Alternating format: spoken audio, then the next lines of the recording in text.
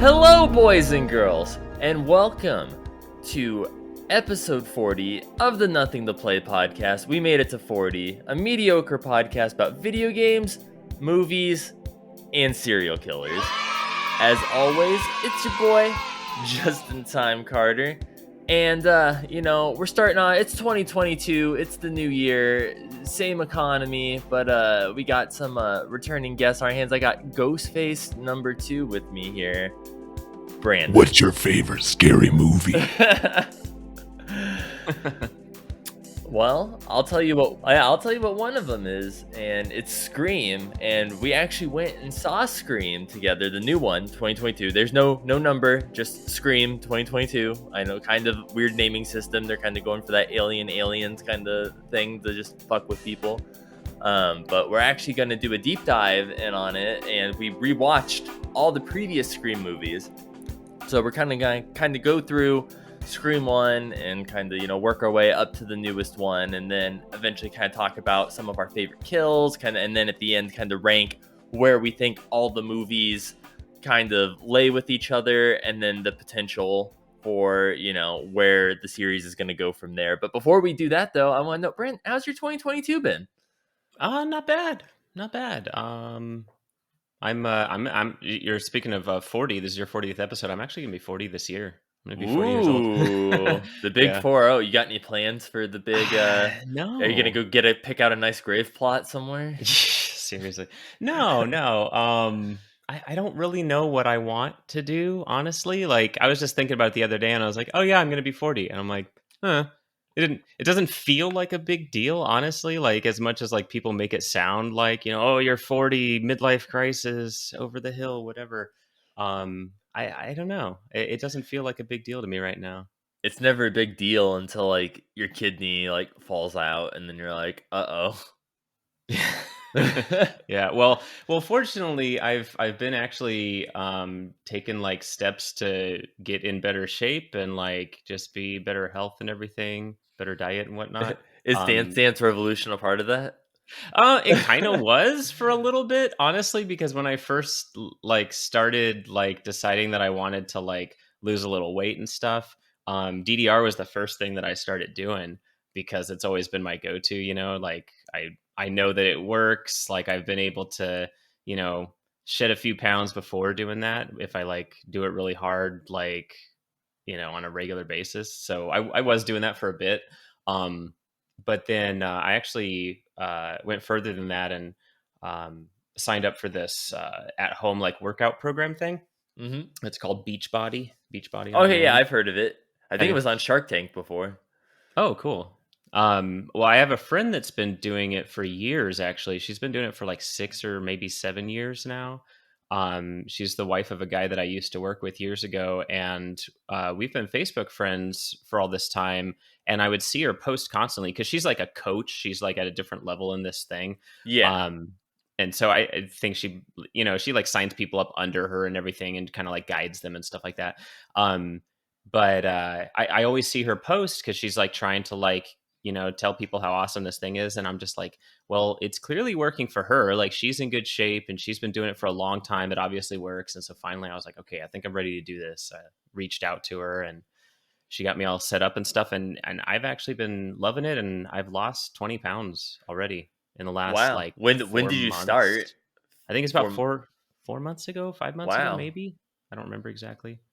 Yeah, it's working really well. So, dude, that's awesome. It feels good. Thanks. Yeah, I was like, my 2022 started off. We were going to California to get tattooed and ran over a giant lifted truck tire in the middle of the freeway, and it decimated the entire underside of our car at like 8 at night, like 30 miles outside of Blythe. So we were like in the middle of nowhere, and we had to get the car towed 2 hours back to Phoenix. And so now we're dealing with Progressive they need to go send someone out to look at the car because we basically are waiting to hear either A, they're going to total it, or B, they're going to fix it, depending on how much it's going to cost to actually fix it. So That sucks. Did you I'm get like, your tattoos at least? no, like because we Ah. didn't get to go to like we had to go back. We Yeah, are I didn't know if it planning. was on the way there or back. Yeah, no, it was on the way there. Unfortunately, like it was literally like 2 hours into like our 7 hour drive, and just didn't Jeez. happen. But we are planning on going back out to California, like whether that's with our car or with just getting a rental car. Like we were looking up rental, like we could get one for like $124 for like the couple days or whatever. So that's not bad at all. And then Oh, that way, okay. if hit a fucking tire, it's their problem, not my problem. So. Yeah.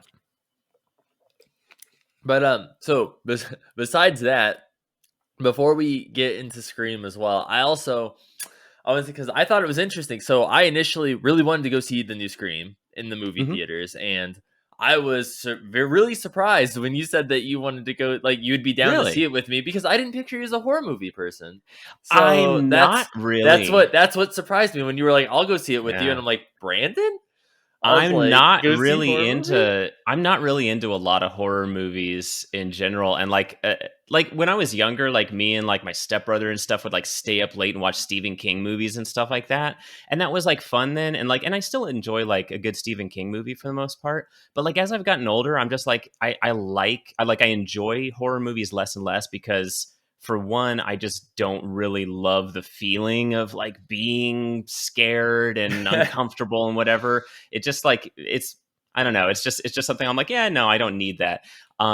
Plus, horror movies have just gotten ridiculous now. Like modern horror movies with like all the special effects and like everything that they can do with CG and stuff. It's just too much. I'm like, nope, I'm done. I'm good. I don't need that.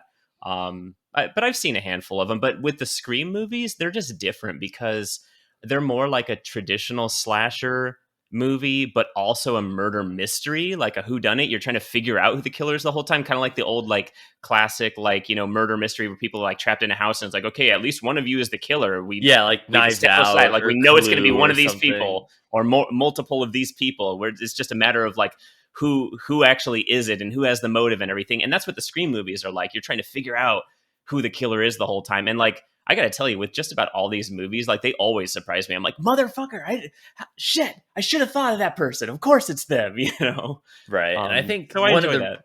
and I think one of the real big draws to me too is it knows what it is. Like it doesn't take itself seriously, and it knows it's Yeah. also literally built upon parodies of like the slasher movies and stuff, and Yeah. it even has like a parody film franchise within the movie itself, Right. Stab, which is Yeah. hilarious. So it's so meta and like Yeah. constantly references that. Yeah, that's something that the Scream movies from the get-go, I think they were like really smart to do it that way because like they built in this sort of like self-referencing narrative from the very beginning with like Randy being the movie buff in the first one, like, okay, guys, here's some rules that Yeah. you need to follow in a horror movie and everything. And so it's like it was constantly like it was always breaking the fourth wall from the beginning, and that's continued through all of the movies. And so that's kind of like become like what Scream is. Scream is like an homage to horror movies while also still being sort of a horror movie. It's not like I don't feel like the Scream movies are like overly scary or anything. It's more just like, oh no, no, no, no, don't kill that person. Yeah, But because like I know Scream's one of the few movie franchise. Like Megan even went with us, and just like Megan yeah. does not like horror movies, like at all. She'll do Mhm. zombie movies, but like slasher movies, like like those kind of like she does not do like any of that. Like paranormal stuff, she will not watch. But Yeah, yeah, Scream's one of the few where it's because it's so kind of like hokey and like ridiculous in like the yeah. best ways and stuff. It's not super scary, and it's not really Yeah, it's about got that. this like little bit of camping. Excuse me, I'm like not You're speaking clearly. fine. It's got this like little bit of campiness to it that just kind of like makes it, I don't know, it makes it a little bit cozier than other horror movies. Like you don't feel like scared. You're not sitting there like looking away and trying to like hide your, like cover your eyes. You're not jumping in your seat like typically. They get you every once in a while with some of those just like, surprise, like, oh, there's a character right there real quick, and you're just like, oh Jesus. But for the most part, like they're just an enjoyable watch, and it's just like interesting to see you know, like how are they going to kill people this time, and who was doing it all along, and how did they like hide it and stuff. So there's a lot more to it, I think, than just like, oh, you know, we're going to scare you with a bunch of like, you know, jumps and freaky looking things. You know, it's not that, and I like that. Right. So I feel like let's start our deep dive here, and I figured we'd kind of go Alright. over the general plot, like going into each of them and stuff, for if in case anyone has not seen the Scream movie. And if you haven't seen them, like, you know, we're literally about to pretty much spoil every single one of them, especially the new Yes. one that just came out here at the end. Yes. So if you don't want spoilers when we get to part of the certain movie, like whatever, you haven't seen the new one, you don't want it ruined for you who the killer is, then you can fast forward past that part. But Basically, if you don't want spoilers for anything, never listen to this podcast. yeah, ever. That should be the Yeah, disclaimer. or talk to me in general, pretty much, because it's gonna happen, and your day's gonna be Yeah. ruined by it. Yeah, it should be relabeled the Nothing to Spoil podcast, because by the time we're done, it's all out there. That's gonna be the spinoff. Yeah. So going into the first movie, the general plot of the movie is you follow this girl Sydney. Her mom was murdered like a year ago, and she believes this dude Cotton was that her mom was having an affair with was the dude that killed her mom, and he's been in jail. And there's this news reporter. Oh God, what's her name? Something Weathers. Gail? Gail Gail there we go. Weathers. Yes. There we go. Gail Weathers wrote a book and stuff on it, and like about how she thinks that Cotton was actually innocent and stuff, and that, you know, Sydney just kind of placed him there, and that's why he's been in jail and stuff. But there was no real like hard evidence that pointed to him like actually killing her. Right. And She saw someone leave the house apparently wearing his jacket, was like the most that they had to go on. yeah, and since then, you know, she's kind of been like troubled by this, and then all of a sudden these killings start happening with her friend group, where someone in what's been dubbed the Ghostface mask. And I remember when the first movie came out, that Halloween, everyone had the Dude, Ghostface yeah. mask, and there was the ones that had the little blood pump and stuff in the side where you can squish it and like the blood would run down the face and stuff. Like, Right. I remember that was like the biggest thing. And basically one by one people start kind of getting picked off in this friend group by the Ghostface killer, and you're sitting there trying to basically figure out who the killer is and like what their motive is. And, you know, people get attacked and stuff, and so you're just trying to figure out like what's going on during this like entire movie. Yeah. And like we were just saying, you know, like all the movies from the beginning have had that sort of like meta, like self realization kind of thing where you know, like there's at least one character in each movie that's like, okay, well, you know, if the killer is like in a horror, if this is like in a horror movie, if we're living in a horror movie right now, then there's certain rules that, you know, you have to follow in a horror movie. And so the killer is going to be someone that you know and all that stuff. So they like established that really early on in the first movie, that this is, you know, you need to like, everyone's a suspect. You need to suspect everybody because it's most likely going to be someone you know. And especially this is like kind of a small town. So yeah, from the beginning, you're like, okay, well, who is it? It's not some like person that we haven't seen. It's literally like someone that we've probably already met by like the first act of the movie. And so it's just a matter of figuring out who that is, and that's part of the fun. Yeah. And yeah, you have I'm trying to remember, what do you remember, what's the character's, the dude, the movie buff guy? Randy There we go. Yes. Meeks. Yes, Randy for I like how Randy for like, he's the movie guy who's like, okay, here's the rules of horror movies. And then, you know, eventually, and we'll talk about, Randy eventually gets killed. But even after he gets killed, it's Spoilers. like, yeah, spoilers, but then it's like, Not in this movie though. Not in this movie. But then there's not, yes, not in this one. But then, you know, later there's the VHS tape of him like saying, okay, well, you know, this is obviously a trilogy and stuff, like in the third one that they use it. And then like they still found ways to like interject his like knowledge of horror movies and stuff throughout the entire series, even though he wasn't around anymore, which I thought was really cool. Whether it was direct references to his character and things like that he would say or whatever, like advice that he would give, or if it was just some other character that was like, this is the movie expert for this movie, you know, this is the film buff guy. There's always like some sort of like resource for that, which was cool. It's like a common thread throughout the movies.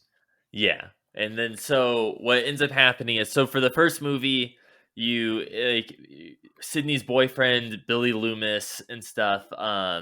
He turns out to be the killer, and you find out that he was working with his friend Stu, who they together. There was two killers. That's the big twist Right. here at the end, is that there was really two of them, and that they are the ones who killed Sydney's mom, and Right. that they. I'm trying to remember I believe wasn't the reasoning behind them doing it was to be like horror movies made, or I'm trying to remember, is that the second, like, because I remember like Billy's whole thing or whatever was that there wasn't really a motive like for it or whatever, like Psycho or like whatever. He's like, that's the scariest part, is that there wasn't a real motive for him to do this. I'm having a hard time remembering exactly what he says in his whole little like monologue at the end too. That's sad because I've seen it so many times now. But I mean, his original motive for killing Sydney's mom, at least as he states in the first movie, was because she was basically a horde. She was like sleeping with his dad, and that was the reason why his mom left. So like, it's like this personal like thing for him, which is why he did it. And he basically got Stu just to help him because I don't know, he needed an extra person, like he needed a little bit of help or something to like pull it off. Yeah, I he guess. needed And like a patsy character to like yeah, help him. yeah. Stu's motive is a little bit more mysterious because it's like he's just kind of like doing it for the thrill or something. Like when Sydney like straight up asks Stu too, like after they've revealed themselves as the killers, and Billy goes through this whole explanation of like why he's doing this and about Sid's mom, and like why he wanted her dead and stuff. Then she literally turns to Stu and asks, "Well, what about you, Stu? What's your motivation?" And he's like, "Peer pressure. I'm far too sensitive." Like that. Literally, it really seemed to be like it was just peer pressure. Like his buddy Billy was like, "Hey, I want to kill this chick. Are you in? You gonna help me?" And he's just like, "Oh, okay." Like, Right. that's as far as we I know. will. This is his only motivation. I will say Matthew Lillard did do a great job as Stu, though. He is He was awesome. really Fucking love entertaining. Stu. Yeah, he Um, was. He was. And yeah, so that's kind of, in the first movie, the big climax is, at Stu's house, this when all this happens. There was a party, and then a bunch of killings happen, and then you end up finding out that the two of them were the killers, and then they were going to kill Sydney. But then, Sydney ends up killing Stu by pushing a TV on his head Right. and killing him. And then Billy gets shot multiple times in the chest and the head. Yeah. Well, and part of the whole finale thing too was not just them revealing that they were the killers, because like it was obviously like part of their plan. It's not like she figured it out or someone figured it out. Yeah. Like it got to the point where they're like, okay, here's the final act of the movie. Like, surprise, Big it's reveal. us. So they do their big reveal. You find out it's them. They've basically killed or incapacitated anybody else in the area that was at the party that was still at the house. And then they, explain the whole thing like Bond villain style to Sydney, explaining that, like, yeah, we killed these people, but we're going to get away with it because we're essentially framing. Were they trying to frame her or her dad? I think they were trying to frame her dad. They were trying to frame her dad, yeah. Her dad was there because they had him tied up. And stuff. So her dad was supposed to be out of town on a business trip. They, I guess, ran his car off the road or something when he was leaving town. He was trying to leave town because they find his car later off the side of the road. So they apparently ran him off the road, kidnapped him. They, duct taped him, tied him up, and bound and gagged and stuff. Yeah, bound and gagged him, put him in the closet, used his phone for some of the calls because there were some calls were traced back to the dad's phone, so he was a suspect for a while. So they had him locked up in the house the whole time at Stu's house. So at the end, they drag him out and reveal their plan, which was, okay, well, we killed all these people, we're framing the dad, and it's all going to end. This whole thing is going to end with we're gonna stab each other. Like Billy and Stu are gonna stab each other a bunch to make it look like they were also victims, but just managed to survive. And then they had managed to kill Sydney, or I guess they were framing the dad for killing Sydney too. But they were managed to kill the dad to stop him from his killing spree before he killed them. That was their whole plan, and so they would get away with it because they looked like victims the whole time. Yeah, and mind you, keep in which I mind, thought was part of the twist too, right? Because not only is the twist that, oh, it's two killers all along, and like that was a novel thing at the time, right? Like I don't know if any movies had really done that before, so that was one twist. But the other twist I thought was that they were like, okay, yeah, we killed all these people, but we're also gonna like fuck each other up, so it looks like we're victims, and we're gonna get away with it. I thought that was really fucking like clever and creative from the beginning. yeah, it was, and that kind of set the groundwork and the foundational work for the other movies that are going to come, because they Yeah, basically reference and pull from what Stu and Billy Loomis and stuff did in the later yeah, movies, and it's constantly referenced. So by the end right. of the first movie, Gale Weathers and Sydney and stuff, they took down Billy Loomis and Stu, and Yeah. it ends with kind of like all the news people showing up outside the house, and that's kind of where it ends. And then Scream 2 comes out a year later. Well, so wait, Um, question before we go yes. on. So how exactly do you want to do this? Are we going to like just kind of do like general synopsis like we just did here of the first one? Are we going to do like general synopsis of each one and then we're going to go through like all of the killings? Yeah, I figured we'd just Okay. kind of go through the general plot, because yeah, we didn't Okay. even really get to mention like Dewey's like one of the main characters in 1, 2, like the sheriff officer and Yeah. stuff. But I figured, yeah, we'd kind of just do just general plot synopsis of all of them, and then kind of get into the more nitty gritty of like the individual kills and like what happened. Um, Okay. yeah, so going into so like Scream 2 came out a year later after the first movie, and this one was funny because at this point now, in 2 is when they introduce the Stab franchise, Yes, the which movie within the movie. yes, so yes, the movie Stab is based off the events of the first movie Scream, and it's like so it Yeah. becomes very meta, and like now this base Scream 1 basically exists within Scream 2, but in the form of Stab, which is based on the real life events that happened in Scream 1. Right. The And it's Woodsboro Murders. They yes, refer to the them as the wood Woodsboro Murders within the yes, movies after that. Yeah. the Woodsboro Murders, and Yeah. basically like everything's been chill. Like Sydney is like gone away kind of into like She's off to hiding. college. No, Yeah. no, she's off to Oh, college that's now. right. She's Yeah, not in that's right. hiding until the next one. Yeah, yeah, okay. They all kind of blur when you watch them all back to back to back. They Yeah, all kind yeah. of blur together between all the movies and stuff. But yeah, Yeah, she's so in now college. she's in college, Randy's there. They're at a what's it called? Shit, I just had the name of it in my head. Um Windsor College. So that's the college they're going to. It's her and Randy and like a number of new characters now. Yeah, bunch of like new characters. Like she has like a new friend group. Mhm. And She's got then a boyfriend. yeah, another boyfriend, Boyfriend Derek. which yes, I do want to preface it. This is pretty funny, because and it gets referenced in later on in the later movies and stuff. But for Scream Mhm. 2, during production, the script for Scream 2 got leaked online, and it was one of the Really? first. Yes, and it was one of the first movie scripts that actually ever got leaked online. Because mind you, this is 1997, like for internet and Uh-huh. stuff. So it got leaked online, and originally Sydney's boyfriend was going to be the killer again. Shit. That and if when I you're don't know that. watching the movie, knowing that they kind of set it up throughout the movie and stuff that he could be obviously potential Could suspect and be. stuff, but Sure. yeah, it Yeah. could be, but and it turns out he's not. But it's also they heavily like I felt like leaned into it, and it's because initially he was the killer. It was him and Hmm.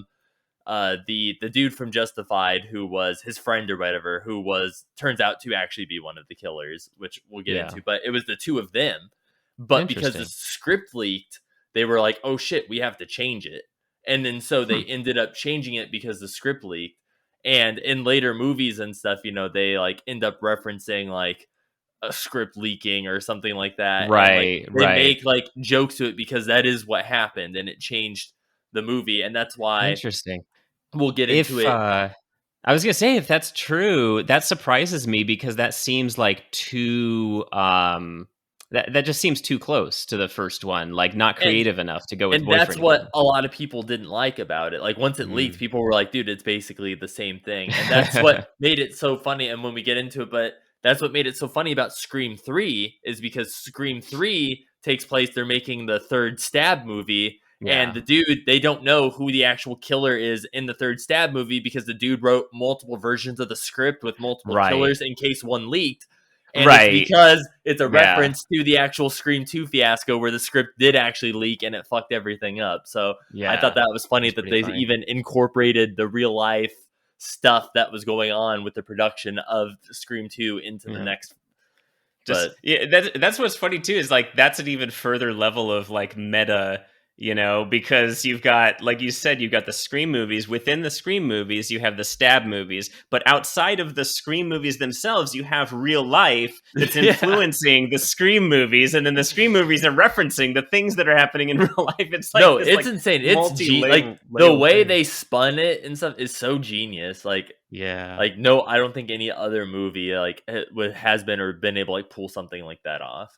Yeah. But Yeah. but yeah, It's a so unique like combination of things that they managed to get right, and it just works.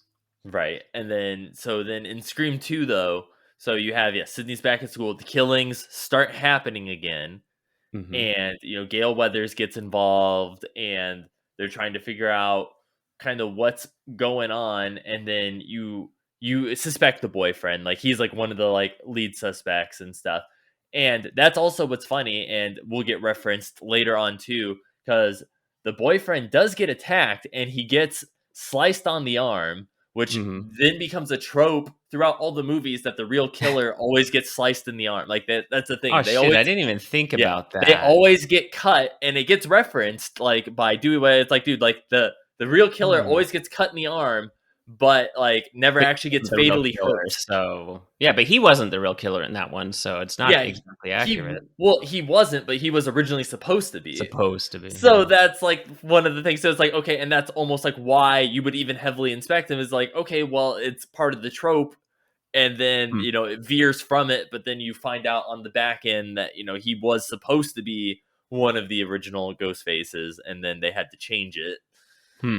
But then Interesting. later on they still reference the getting slashed in the arm thing, and it becomes like an entire thing of, well, oh shit, dude, this person got cut in the arm, like they're probably the killer. I've never even thought about that. Now I'm gonna have to pay more attention when I watch them again, because I know in the fourth one of the killers does get slashed right across the arm, and I'm like, was that the only person that did, or like did they do it to multiple people just to mess with us? Because I wasn't even thinking about it. Right. And so the people get attacked. So you end up finding out though that during the big reveal, the two killers, one is Billy Loomis's mom, which Yeah. her motive is, it's accurate, You her. killed my boy. Well, not only did she kill her son, but her mom also slept with her Yeah. husband and like Yeah. ruined. So Sydney's entire family basically ruined her life. So that's her motive, Yeah. Just somewhat believable. I could get behind that. and then Mickey, I believe his name Yeah. is, was Yeah, Mickey and was the film buff, like the new film buff guy who was like in the movie theory class or whatever with Randy in this one. yeah, and he was Randy's friend, and his whole At motive, least classmate. I don't know if they were yeah. friends. Well, I think they hung out a little bit. Like I A think they little were bit. production people together. Like they had AV club or something like Well, they were in that. that class together and stuff, Yeah, and we saw him at a party at least we at saw one them. point. Yeah. Yeah, so they were best friends, Brandon. Yeah. Yeah. Exactly. Um, but so he's the other ghost face, and his motive behind all of it was that he Probably the basic his weakest one. his motive was the like horror movies made me do it motive, and Yeah. he wanted Yeah. to basically be like, oh well, all these like the stab movies and this, like watching the video game defense, if you will, the Grand Theft Yeah. Auto defense Seriously. of like, well, my mind was warped by all the violence in media and Pretty depended on much, media. yeah, yeah. I don't know. I don't remember having any strong opinions about like some of this stuff back when I first watched these movies. I was a lot younger when they came out too. But like watching it again when I watched Scream 2 this last time, when he like says that, tells his motive, I was like, that's so fucking stupid. It was, and that's why I wasn't sad when Billy Loomis's mom, like, point blank shot him in the chest 3 Oh, times. I was yeah. like, "Good." I was like, "Get his ass out of Yeah. here." He just Like, I'm fucking glad. takes him out. Yeah, and you He's like, find "I out just that needed you to help me kill people. I'm done with you now." yeah, and she like, Billy Loomis's mom was the main, like, Ghostface. Like, he was the Yeah. stew in this situation of the patsy she found online and basically got his help, and he did, I feel like, a lot of the dirty work while she kind of did a lot of the more sideline, like, financing, like, his endeavors. Yeah. Yeah, exactly. Except I think if you look at the actual, like, listing of like kills for each of them, I think they're about even. I think they each killed about the same number of people in that movie. And that's something I wanted to get into also when we go through the killings. We can actually like identify who killed who, because that's something I never knew before, but it's actually listed online, whether it's accurate or not. Whatever this Yeah, website that's is, true, I and found it that's on. something watching the movies, usually after they're said and done, I usually sit there and Try think to about it, and figure I'm it out. like, yeah, like, who Yeah. because very rarely do they actually own up to in the newest one, they Sure. made it easier because they kinda owned up to each of the people they pretty much killed, but Some of them, yeah. yeah, some Yeah. of them did, but outside of that, most of them don't usually reference who did what, and it's Even kinda in up to you to Scream figure it out. 2, even in Scream 2, Debbie, Mrs. Loomis, does actually own up to at least one of them because, going back a little bit, we talked about Randy, the film guy, and you'd mentioned that he gets killed at some point. He gets killed in the second one. Mhm. And at the end, after they've revealed the killers, Debbie makes a reference to when she's talking about Billy and everything, and she says Randy had some very unkind words or whatever to say about my boy Billy, and I got a little knife happy on him. So it's like, oh, okay, like Mm. she actually revealed that she was the one that killed him. Yeah, I didn't So they even do it once in a remember while. that. Yeah, they kinda Yeah, slip it in there. yeah, yeah. But But yeah, yeah, they so never reveal like all of them. They don't like reveal like, "Hi, I'm the killer. By the way, I did this guy and I did this guy and I did this guy." Like they never do that, but you get it. They give you a couple gimmies, and then the rest are up to you to like figure out.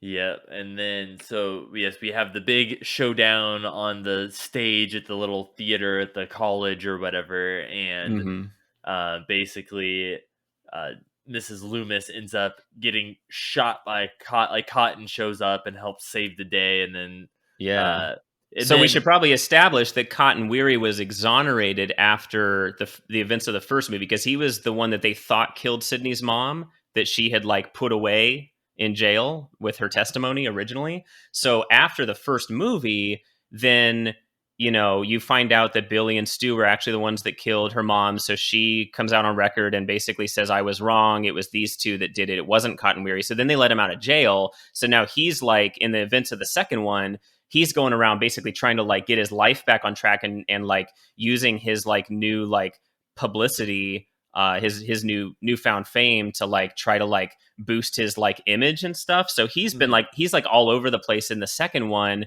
trying to like get an interview with Sydney because she's famous and like try to get her on record saying, yeah, like Cotton and I were cool and everything. Yeah, And so sit by down the with end of the 60 movie, minutes and he shows up and like I don't remember where he got the gun. I think it was like laying around, like maybe Gail had it or something. So he grabs a gun and ends up like basically saving the day by killing Mrs. Loomis, and becoming sort of like a hero, kind of turning his whole character around, which I thought was interesting.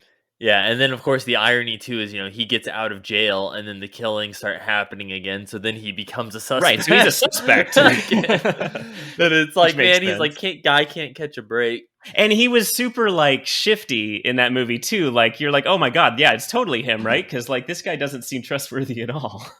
Right? He's like sneaking around in libraries, like pinning Sydney Yeah, against the wall, like, you're gonna do this interview with me. I know. Like that whole scene, I was like, dude, if you're not the killer, you're fucking Yeah. insane. And Because why would you act she's like that? surrounded by like 6 police officers. Like, why do you Yeah, think this would be a good idea? Um, yeah. And what's funny is that movie ends with Sydney like shooting Mrs. Loomis in the head to make sure Hmm. she's dead, and that will also play an important part in Yeah, all the other franchises. like That every also movie. becomes the trope of making Yeah, sure they're dead by shooting them in the head. gotta get him in the head. Because that is also one of the other returning tropes that happens in one and happens in every single one where you think they're dead and then Mm. the person gets up at the very end again and like does like a bum rush charge at them, and then they have to end up shooting Seriously. them in the head or chest again, whatever, to finally put them down. Yeah. It's And kind of comical. it is. It's funny. Like they push it like every movie to like the fullest extent, and it just gets. I feel more ridiculous with each movie. It They have to is kind of like elevate it more than it was yeah. last time. I kind of hate it every time they do it, but I'm Because like, you I know know it's it's coming. I know it's coming, and well, it's always so it's always so unbelievable because like usually the person's been shot or stabbed multiple times. I know. There's no fucking way they're getting up with that kind of vigor and running at Dude. you, but it always happens. And I'm like, speaking of unbelievable, I feel like that's where we're going is into the third movie, which I feel like was the most over the top out of all of them. I would even say it has some of the most over the top stuff in it. And that's Scream 3. And that came out, I think, 2 or 3 years after 2, because there was a gap. I think it was 2 years. I think it came out in 1999 is when the third movie came out. And now at this point, this is the one where Sydney is kind of living off the grid now. Like this has happened to her twice. She finally got smart. Yeah, she like pays like probably out the ass for this like security system, and doesn't give away her real name, and like doesn't really have any she works remote basically. She was working remote before most people were. She like calls into some like system to do like crisis like hotline support, like stuff, women protective like hotline. Like, dude, she was living in 2022 in 1999 over here, seriously. Walking the dog and clocking back into work. And this movie actually starts out pretty much right out the gate. You know, Cotton ends up dying at the very beginning of the movie, which is a surprise. Like he was, you know, a pretty pivotal character in the first 2 movies.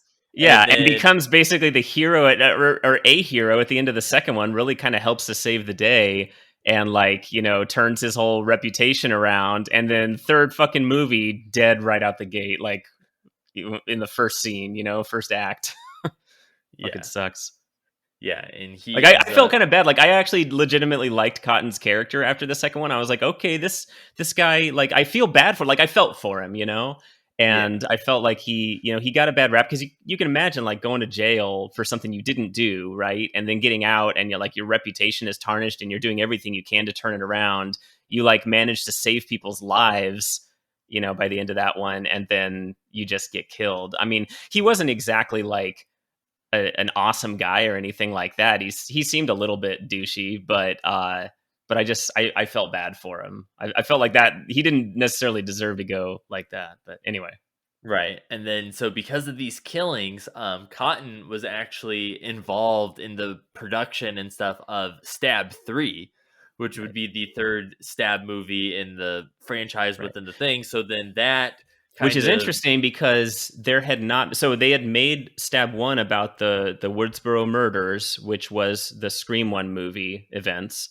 They had made Stab 2, which was about the events of the second Scream movie. So then by the time we are watching Scream 3, they're making Stab 3, which is about killings that haven't happened yet. They're making a sequel like going beyond the source material. So it ends up becoming this overlapping thing where the events of Scream 3 are actually being influenced by the script of Stab 3, which I thought was cool the way they kind of flipped it like that. Yeah, and that's why like I like always liked the premise of I think 3 like one of the most, because I thought it was the funniest of them. Basically the killings start happening in the order of the script.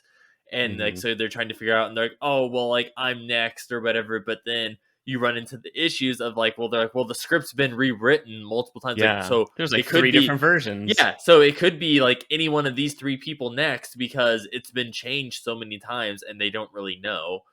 And this was also the first and I believe only movie where we actually don't have the iconic like Ghostface voice. What do you mean? Well, because in 3 they use that little modulator thing to make it sound like, because that was the whole thing, is like it sounded like Cotton. That's why like Cotton he was got like, other people's voices. Yeah, he was using other voices. The Ghostface killers like little voice Yeah. changer modulator thing, like had You some did get the Ghostface voice at certain times though, but they didn't use it as much. consistently. Yeah, it was they Yeah, used other yeah. people's voices more throughout Which the was a thing than pretty the actual cool Ghostface. that was a pretty cool twist too. And it was, and it's interesting that like we haven't really seen anything else like that outside of 3. Yeah. Ever since that, it just kind of went back to the way it That used to is be. surprising because it was like very effective because like it literally like sounded like these other people on Yeah. the phone, and so he was tricking everybody.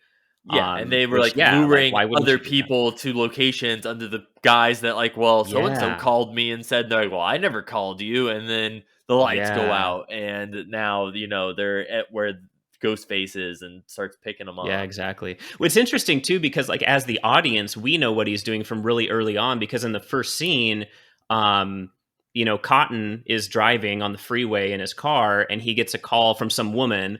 It sounds like a woman, that he's talking to, and he's sitting there like chatting with her and kind of like, it sounds like they're flirting and whatever. And then I think it's like switches into the Ghostface voice or something, Yeah, and that's when it starts threatening him and his girlfriend, saying that he's outside his girlfriend's house and he's going to kill her and everything. So then he like gets off the freeway and rushes home and everything to get to her. And you're seeing him driving and like jumping out of his car and running and everything at the exact same time that his girlfriend is on the phone talking to what sounds like him. And you're like, oh shit, well, that can't possibly be him. So the killer has his voice. So you as the audience know that from early on, but it takes a while before other people catch on to that. right. And then he went from 100% Cotton to 100% dead pretty quick. Yeah. Yeah. So yeah, he gets killed, and then what these killings start happening like on the actual like set of Stab 3, which that I thought that itself was pretty funny when Sydney shows Mhm. up to the production set and stuff, and then Yeah. she's like back on her like home street, and it's like Yeah. fucking with her, and then she's like running through like all the fake houses and stuff, and she like goes into like her old bedroom, and it's all like this murder scene and stuff in there. Well, I think that was the parents' bedroom because that was supposed to be the mom's murder scene or something. Yeah. Yeah. And also we didn't mention that like in this movie, Sydney is like having some issues throughout this movie. Like she's imagining things like constantly. She's having like visions of her mom and she's hearing things like, seeing things and hearing things that don't seem to be there. Which is interesting. They never really like went into that again. This is the only movie where like she seemed to be like tormented by like imaginary things going on. Well, that's the thing so that's the premise is they made it seem like she was imagining, but it was really just the killer the Well, I entire don't know. time. I've never been sure if it was because like okay, first of all, you do see times that she literally sees her mom like walking around and talking to her, and that can't possibly be the killer doing that. I mean, That has to be her imagination. that's not the like I was always under the premise that because the killer is the director of Stab Right. 3, and this is the first movie and the only movie where there's one killer. Yes, yes. So that Yeah. was I the thought big that was twist interesting at too. this point. Yeah, that instead of there being two people involved, it was just him the entire time. But I Yeah, so always just assumed, Roman Bridger is his name. yeah, I always just assumed because I figured that's how he had the voice modulated is because he works in movie production and like whatever, so Mhm. he has access to props and tools and people. And And I audio always, samples of yeah, people, and maybe. I always Yeah. just assumed the dead mom was just like this actor or actress or something that he like fucking had hired to play a Mm. role. I Like never since considered he that. has those tools.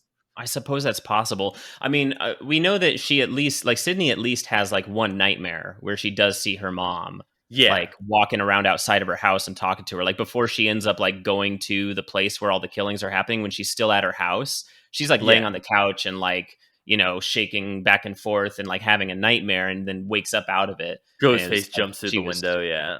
no, there's Well, no in the dream, in the because dream, it was the yes, mom, and yeah, and then in the dream, yes. a ghost face jumps through, and then that's like what wakes her And she up like or wakes whatever. up, yeah. But but really, besides them, like, because the only other thing she really saw was where it was like the body bag or like the Body sheet get thing of up the person. in the And like bedroom. that was that, Yeah. and then at the mansion, you see it Well, again when she's in the room mhm. with Roman or whatever. So that's like why is him the Yeah. entire time just fucking And I with mean, her she doing was that. hearing voices too, but I suppose if the voice, I never really thought of it. If she was on the set when she was hearing the voices, then yeah, that might have been production stuff Yeah, that I was figured set that up. was him, and since Mm, he knew who her mom really right. was, so he had Yes. like access to the old movies where she was in them to get samples of her voice to build a composite of the voice Yeah. modulator No, thing that's a for good the point. Well, mom. I will retract my claim that Sydney was going crazy and imagining all these things. I do think like some of it might have been in her She head, was but still yeah, stressed. you got I a good do like point. what you mean with the dream and stuff. I think like it was probably like 50. Like she was highly stressed and whatever, but I feel Yeah. like the majority of it was them kind of Yeah, playing into there was that. some trauma there, but yeah, like yeah, they could have totally been like capitalizing on that too.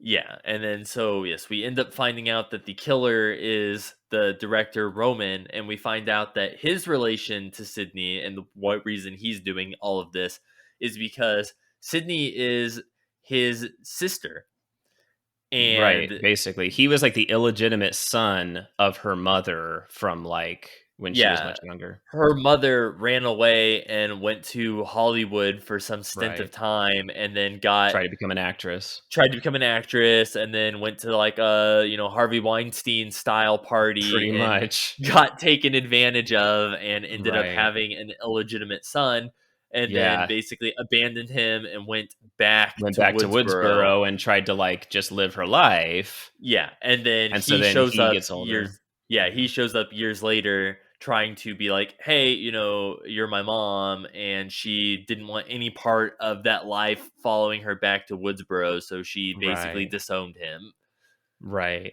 So he's been holding a grudge against her and against the sister, his like I guess half sister Sydney, who is the legitimate child that got everything, that had the relationship with the mother, that whatever. And so he's held this like grudge against her this whole time.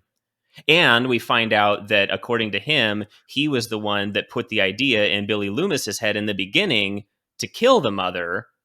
Like, I don't know why he didn't just do it himself, but he decided to use Billy by showing him like video footage of the mom fooling around with Billy's dad, and was the one that was like, hey, you should kill her. Yeah, and So he that's was behind it the all other along. big reveal is that yeah, he's the Yeah. mastermind that set up Billy Loomis and gave Billy Loomis the Yeah. idea to get a patsy friend to help him Yes. introducing Stu into it and stuff. So he kind of orchestrated this entire thing that Yeah. happened between them. Yeah. Yeah. So yeah, And a lot of interesting twists in this one. One killer, he was behind it all along. He's related to Sydney. Like, there's all this stuff about the mom we didn't know. Like, yeah, they really went deep. yeah, so there's a lot of deep stuff, and then it ends, with her in the killing Roman, shoots him in the Hmm. head, like make sure Stabs he's him a bunch dead. with an ice pick too. Yeah. um, We'll get more into the and details, I guess, when we talk about the yeah, killings. when we go, because yeah, there's definitely some killings in 3 that I'm excited to talk about and stuff and get Yeah, deeper yeah. into. But then we end up going into Scream 4, Mhm. and this movie was surprising because this movie takes place 10 years like after the Yeah, 3. Like it was a yeah. long gap between 3 and 4. Hmm. And with these ones at this point now, And literally um 10 years in the movie, like in the universe of the movie as well, it's been 10 yeah, years, which makes yeah. sense because the characters are So that much older. it's been 10 years. They're at the point of like Stab Sevens coming out at this point. Right. And the I think it's already franchise, out. I think there's already been 7 stab movies released. Like, yeah. yeah, I think the trailer, because like at the beginning of the movie opens up and it's like you think, oh, it's like setting up like the phone call, like what's your favorite Right. scary movie, whatever. And then you find out it's just a trailer for Stab 6, and then it like pans out, and then Well, you not there's necessarily the trailer, but it's the intro. It's like someone's yeah, watching yeah, the Stab someone's 6 movie, and then when the title card comes up, then it pulls out and you see that it was someone else watching it. Yeah. yeah.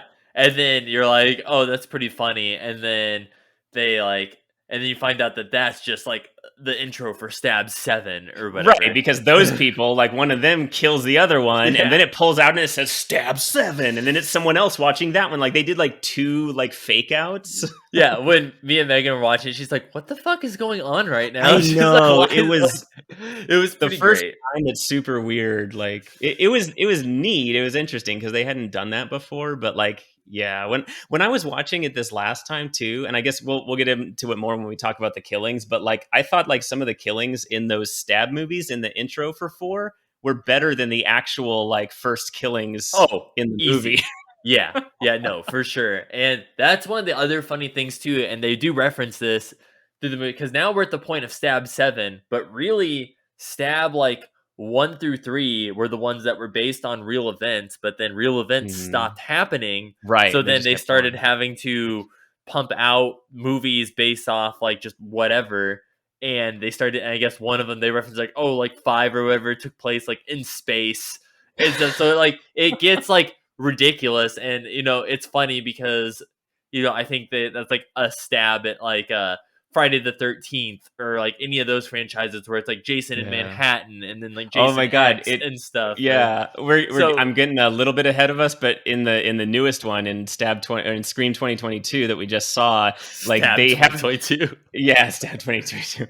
No, in Scream 2022, they're like talking about how ridiculous the movies got, and at one point you see like one of the movies on in the background, and like Ghostface is using like a flamethrower and like torching people. Yeah, it's like a flamethrower, like chainsaw, and he has this like chrome like Ghostface mask and stuff, and he's like no sleeves, like ripped and stuff. Yeah, and someone's like, man, these new Ghostface like killings are getting ridiculous. Yeah, they're like, dude, this is getting a little over the top here. It was pretty funny. So yeah, they do reference that, which is pretty funny. And so at this point in time now, Sydney is coming out with a book, and it's about her like not wanting to be out of darkness, and about her not wanting to be a victim anymore, and kind of like moving on with her life from all these killings. And she's starting a book tour, and of course she goes to Woodsboro. And of course Woodsboro is the first stop on the book tour. Right. And of course, like while she's there, the Ghostface killings start again. No way. Whoa. And like, there's like blood and stuff in the back of her like rental car, which then like makes her like I wouldn't even say potential suspect. Like I guess potential suspect, but more so it's like, well, she's potential suspect / in danger, and so they have to like victim, keep her. So they have to keep her there under like watch and stuff.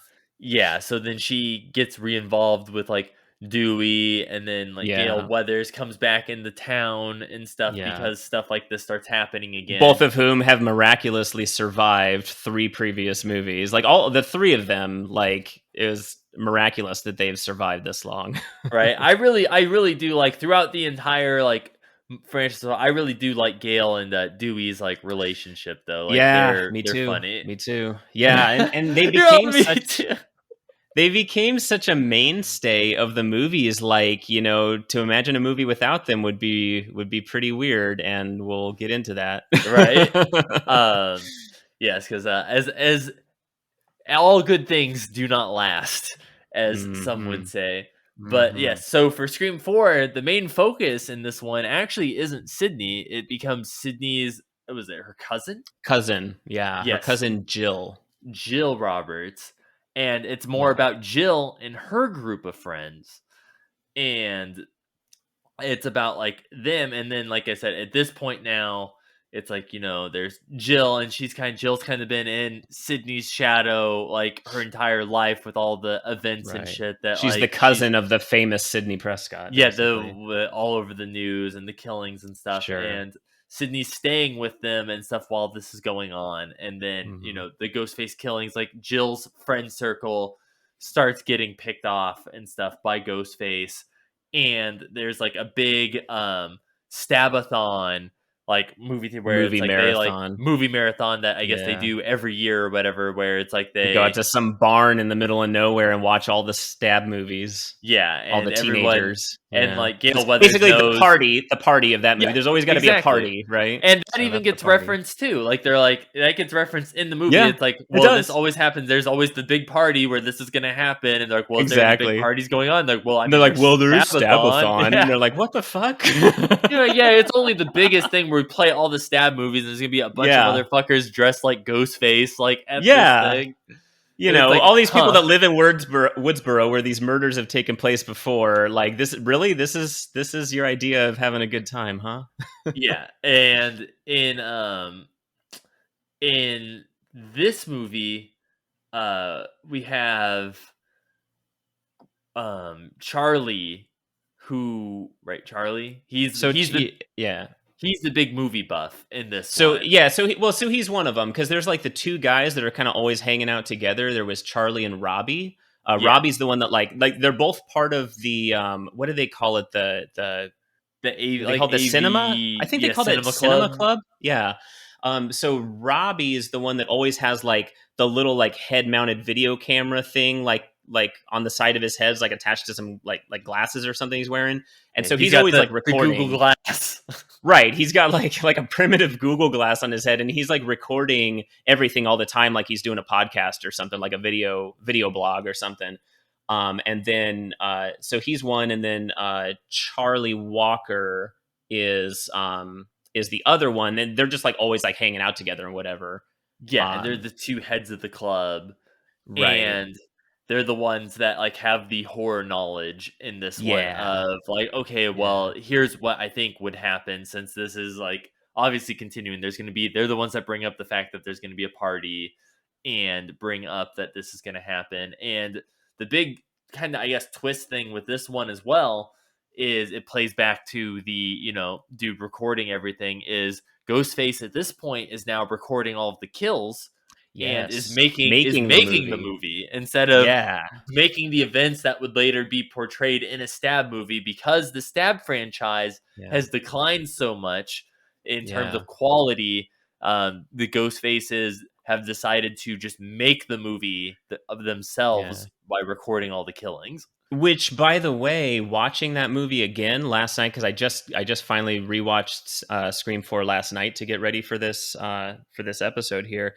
And watching it again after seeing it before, that twist I thought was actually really creative, and I really enjoyed it. The whole idea of them making the movie live as they were killing by recording all the killings. Like, I thought that was actually pretty cool. Yeah, and I think that worked really well for like the 10-year gap, like technology, like web streaming, like everyone has a cell phone now. Like that wasn't prevalent in the everyone's late 90s streaming, everyone's got a podcast, exactly, Justin. Like so everyone can say it. So the fact they were setting up webcams and had like the technology to like make this and stuff, I thought was held really true, especially in like the era of when you think about when this movie came out, like 2010 or whatever, like YouTube was like at the height of everything, like TV like was kind of considered like in movies and stuff like kind of were on the sidelines of now this internet content and stuff that was constantly coming out for free that anybody could just access with a phone or with a home computer. For sure.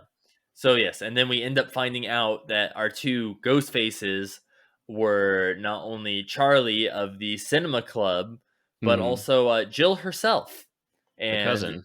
Yep, the cousin. And Jill's motive was, that of just not wanting to be in Sydney's shadow, and she wants to be the victim. She wants to be the victim and be the star, essentially. Like, be the survivor who gets all the media attention. Yeah, she wants to be the new survivor girl. Whereas Charlie's motive was strictly as a mega fan of the Stab movies. He wanted to write the Stab movies back on the right track and make them good again. Yeah. Which I definitely thought their motives were better than the motives of, like 2 or like whatever. Yeah, agreed. Yeah, I actually really liked the motives in the fourth one, especially Jill's. I could understand that. I thought like, I could see where she was coming from with that, like imagining like living like as the person who is related to this extremely famous person and no one knows who the fuck you are, like Sydney Prescott, she gets all the attention. and as a young person, Jill being a teenager, and going through her, like, what every teenager does, where they're trying to find their place in the world and everything, that's got to be like extremely like difficult to deal with, like having that kind of a looming, like, celebrity figure in your family essentially over you that you can't like measure up to, in a sense. So I could understand where she was coming from. I thought like her character, like by the time she revealed what was going on, she just seemed a little like she came on a little strong on the crazy to me. Yeah. But I did think the motive was realistic.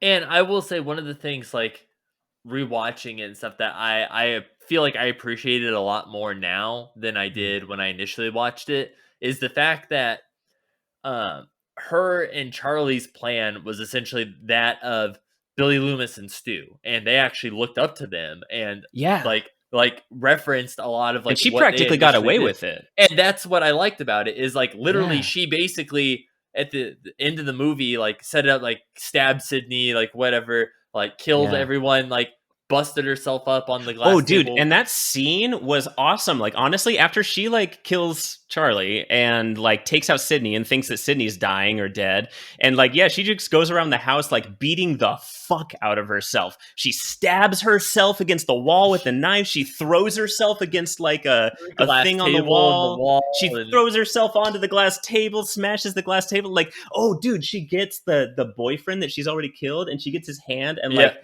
puts his hand up to her face and like she scratches her cheek and then rips her hair out with his hand. I was like, dude, she's fucking nuts. Yeah, like I felt it was effective. I was like, you could have done like maybe 2 of those things and been fine. I know, like, and they would have totally believed it. Yeah, and so yeah, she's laying on the floor, and the cops come, and she basically, that's how the movie, like, you think ends, is she gets everything she wanted. She became the sole survivor girl, and then in the hospital, she finds out that Sydney's not actually dead.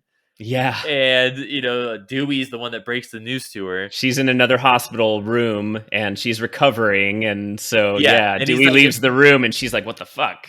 Yeah, she's like, it's been a little touch and go, but we think Sydney's going to make it. So after Dewey leaves, she's like, well, that's not going to work for me. So then, has to go finish the Sydney job. knows what happened because she revealed everything to Sydney. So she has to kill her. Exactly. If she survives, she can tell everybody the truth. Yeah, if Sydney remembers, then, it's going to ruin everything. So she goes and finds her in her room, in her hospital room.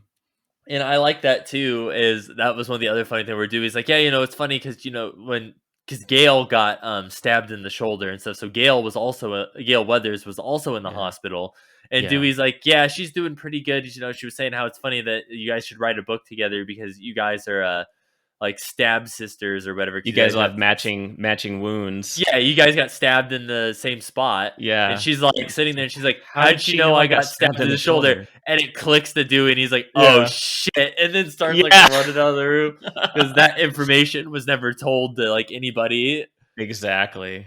Yeah. And then they end up, Sydney and her and Dewey and the other police officer chick. Yeah, the deputy. Judy. Yeah, Deputy Judy, who has the hots for Dewey.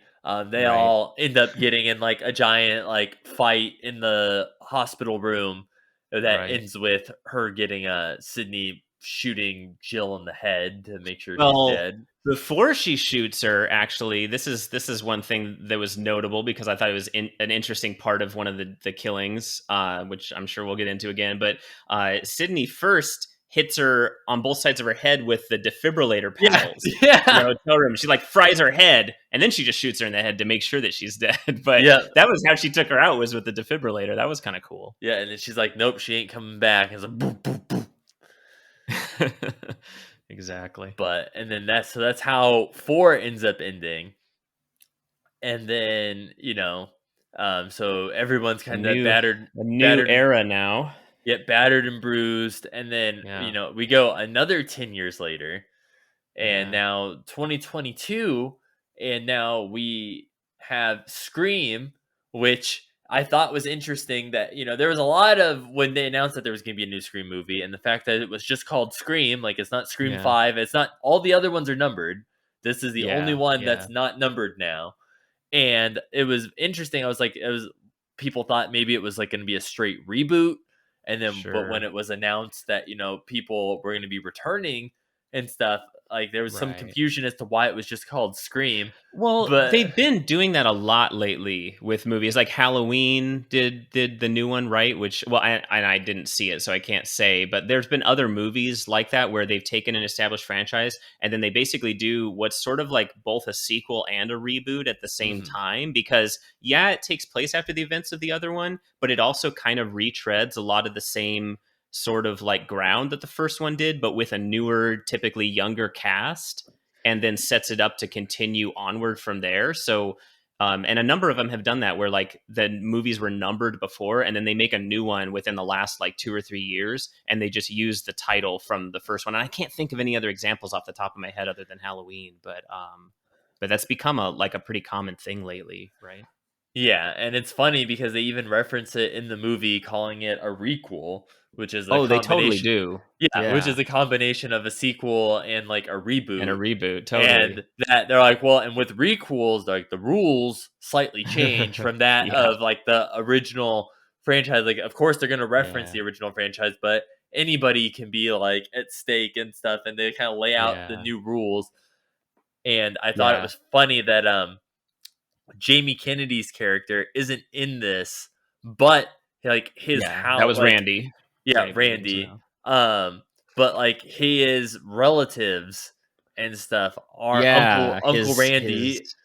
his niece and nephew in this one are like really into movies and stuff, and they're the ones talking about the rules of the requel. So that was Yeah, pretty cool. exactly. So it's funny that like he Yeah, kind of lived on through them and stuff in his teachings. yeah, Um, yeah, and so yes, in this one, Sydney is I'm trying to remember. She's just like living in another city, living her best life, or she's yeah. married Like now, she's moved has on. kids. She's got at least a kid because you see her Yeah, pushing a stroller at one point. yeah, and we don't Yeah. really know too much about like her husband or anything. We don't really see them No, at all. no, not at Um, all. but what ends up happening is we get introduced to this like new family of this new people of like these two Mhm. sisters, and you end up Right, and finding this is out. back in Woodsboro again, by the Yep, way. we're still in Woodsboro, and you end up finding out that the one sister is the illegitimate child of Billy Loomis, Right, back to and the first one. yet back Yeah, to the first one. apparently Billy screwed some other girl like back in high school before he ended up with Sid and ended up dying in the events of the first one. So he was fooling around with somebody else that we just didn't know about and He was a apparently got her player. pregnant. Yeah, yeah. Well, with hair uh, like that, I mean, come yeah, on. I mean, he Who pulls wouldn't? up with his white tee, he can crawl in through my window. uh, but Don't fear the so Reaper, man. but so then you find out now these killings start happening around these people and their group of friends, and Yep. it's all related to because the Ghostface killer knows that she's related to Billy Loomis and stuff, and really all of this is happening to help draw Sydney back out. Is kind of the main goal, is to get Well, Sydney to come back. is it to draw Sydney out though, or was it just to draw the one sister out? Because I'm trying to remember the names of the sisters. I have them somewhere. It's like Sam and Tara are the two sisters, and you find out that I think it's Sam is the older one that finds out that she was the daughter of Billy. Yeah, Um, so the older and so one she's living found. out of town. She lives like in California. She like moved away Yeah. years ago. And so the events of these killings, like because her sister Tara is the first quote unquote victim in this one, she doesn't actually die, but she was attacked in the opening scene of this one, which by the way is interesting because if you think about it, this is the only movie of all of them where nobody dies in the opening scene. Not only does nobody die, but there was only one victim anyway. In all the other ones, there have been two people killed in every other movie Yeah, a until this lot. one. This one definitely, I think, had like the least like body count compared to all the other ones. Yeah, yeah. Actually, it's you know what I have the totals right here. It's pretty close between this one and the first one, but it's lower than like the previous three movies for sure. But anyway, so Tara is the younger sister who still lives back in Woodsboro, and she gets attacked in the opening scene. Looks like she's dead because she gets stabbed a lot of times. I think they said that she got stabbed 7 fucking times when she goes to see her in the hospital. I don't know how the fuck she survived all that. Like, clearly they meant to keep her alive, but like, I don't know why you'd stab someone 7 times if you didn't want them to die. Right. But she somehow survives all that shit. So her sister Sam, that lives in California now, I'm pretty sure it was California, but she's out of state. She gets a phone call, finds out that her sister's been attacked. So that's what gets her back to Woodsboro. And I felt like that was the goal, was to get her back. And Sydney was just like a nice bonus, maybe, but I'm not sure. Maybe you remember something I don't. Like, I think, because I know the goal was to definitely get her back into Woodsboro, but I also know, the goal, I think, was to also get Sydney back, because the whole thing was Finish off the original star. Yeah, and the final fight ends at Stu's house again, which I love. And that was cool. The whole thing, was to cool. kind of get everybody back at Stu's house to kind of recreate the first movie again. True. And they wanted to kill Sydney or whatever, and because they were like, as long as Sydney was alive still or whatever, like the franchise of like Stab and whatever truly couldn't evolve or go anywhere until she wasn't in the picture anymore, is why I think, because they were both Stab heads or whatever. The two Ghostface killers were both right in the Stab, met on some like subreddit or whatever they said, right, for exactly. Stab movies, because at this point now the 8th Stab movie came out, and like me and Brandon were saying before, it was so like far between from what the franchise originally was to like what it is now, that they wanted to return it, kind of get it back to its original roots. Right. And, like, they were like uber fans of the first movie, basically. And yeah. Which is also what I really enjoyed about this movie as well, is you didn't have to watch Scream 2 through 4 to understand this one. You really only had to have watched 1. Although it's great because they still reference them enough. Like, there's little pieces for those of us that have watched them all. It's like, oh, that character was from the 4th one, or oh, that thing that they're talking about there happened in 3 or whatever, like. So they were all still relevant to it. It's not like they didn't happen, but this one really just focused more on the events of the first one. So, but you wouldn't, if you'd only watched new to the franchise, you wouldn't be completely lost if you only watched 1 and then didn't watch any of the others. How a good requel typically does things. Yeah. But yes, with this one, we end up finding out that our 2 Ghostface killers were Richie, which is the boyfriend. Yeah, the boyfriend, which Dewey calls at the very beginning of the movie. Boyfriend. He's like, it's usually the boyfriend. He's like, so right. I'd How long have watch you out. known this guy? And I like that Richie references it and stuff. And he's like, Dewey, he's like, right out the gate, 2 minutes into meeting this guy. Yeah, hits it he's right like, dude, on the totally head, called it. And then, that was pretty funny. And then the other Ghostface killer was Amber in the friend group. And which was a little bit surprising. Yeah, because she didn't really have a motive outside of, I think, just being a fan of the franchise. She lived in Stu's house too, and it seemed like that was kind of part of it. Was like when she realized where she lived, like, I don't know, like she started watching the Stab movies when like that got her like in. into this whole thing, and I don't know, like it just, I don't know, she was clearly like twisted in some way, but yeah, like she just wanted to kill people, I guess. But yeah, she didn't have like, because usually with all the other movies, it's usually some sort of vendetta against Sydney herself. Yeah. Where in this one, it wasn't really. Both of them just really Sydney. fucking loved the movies and just wanted to create their own like recreation of it in a sense. Yeah. They were both just super fans.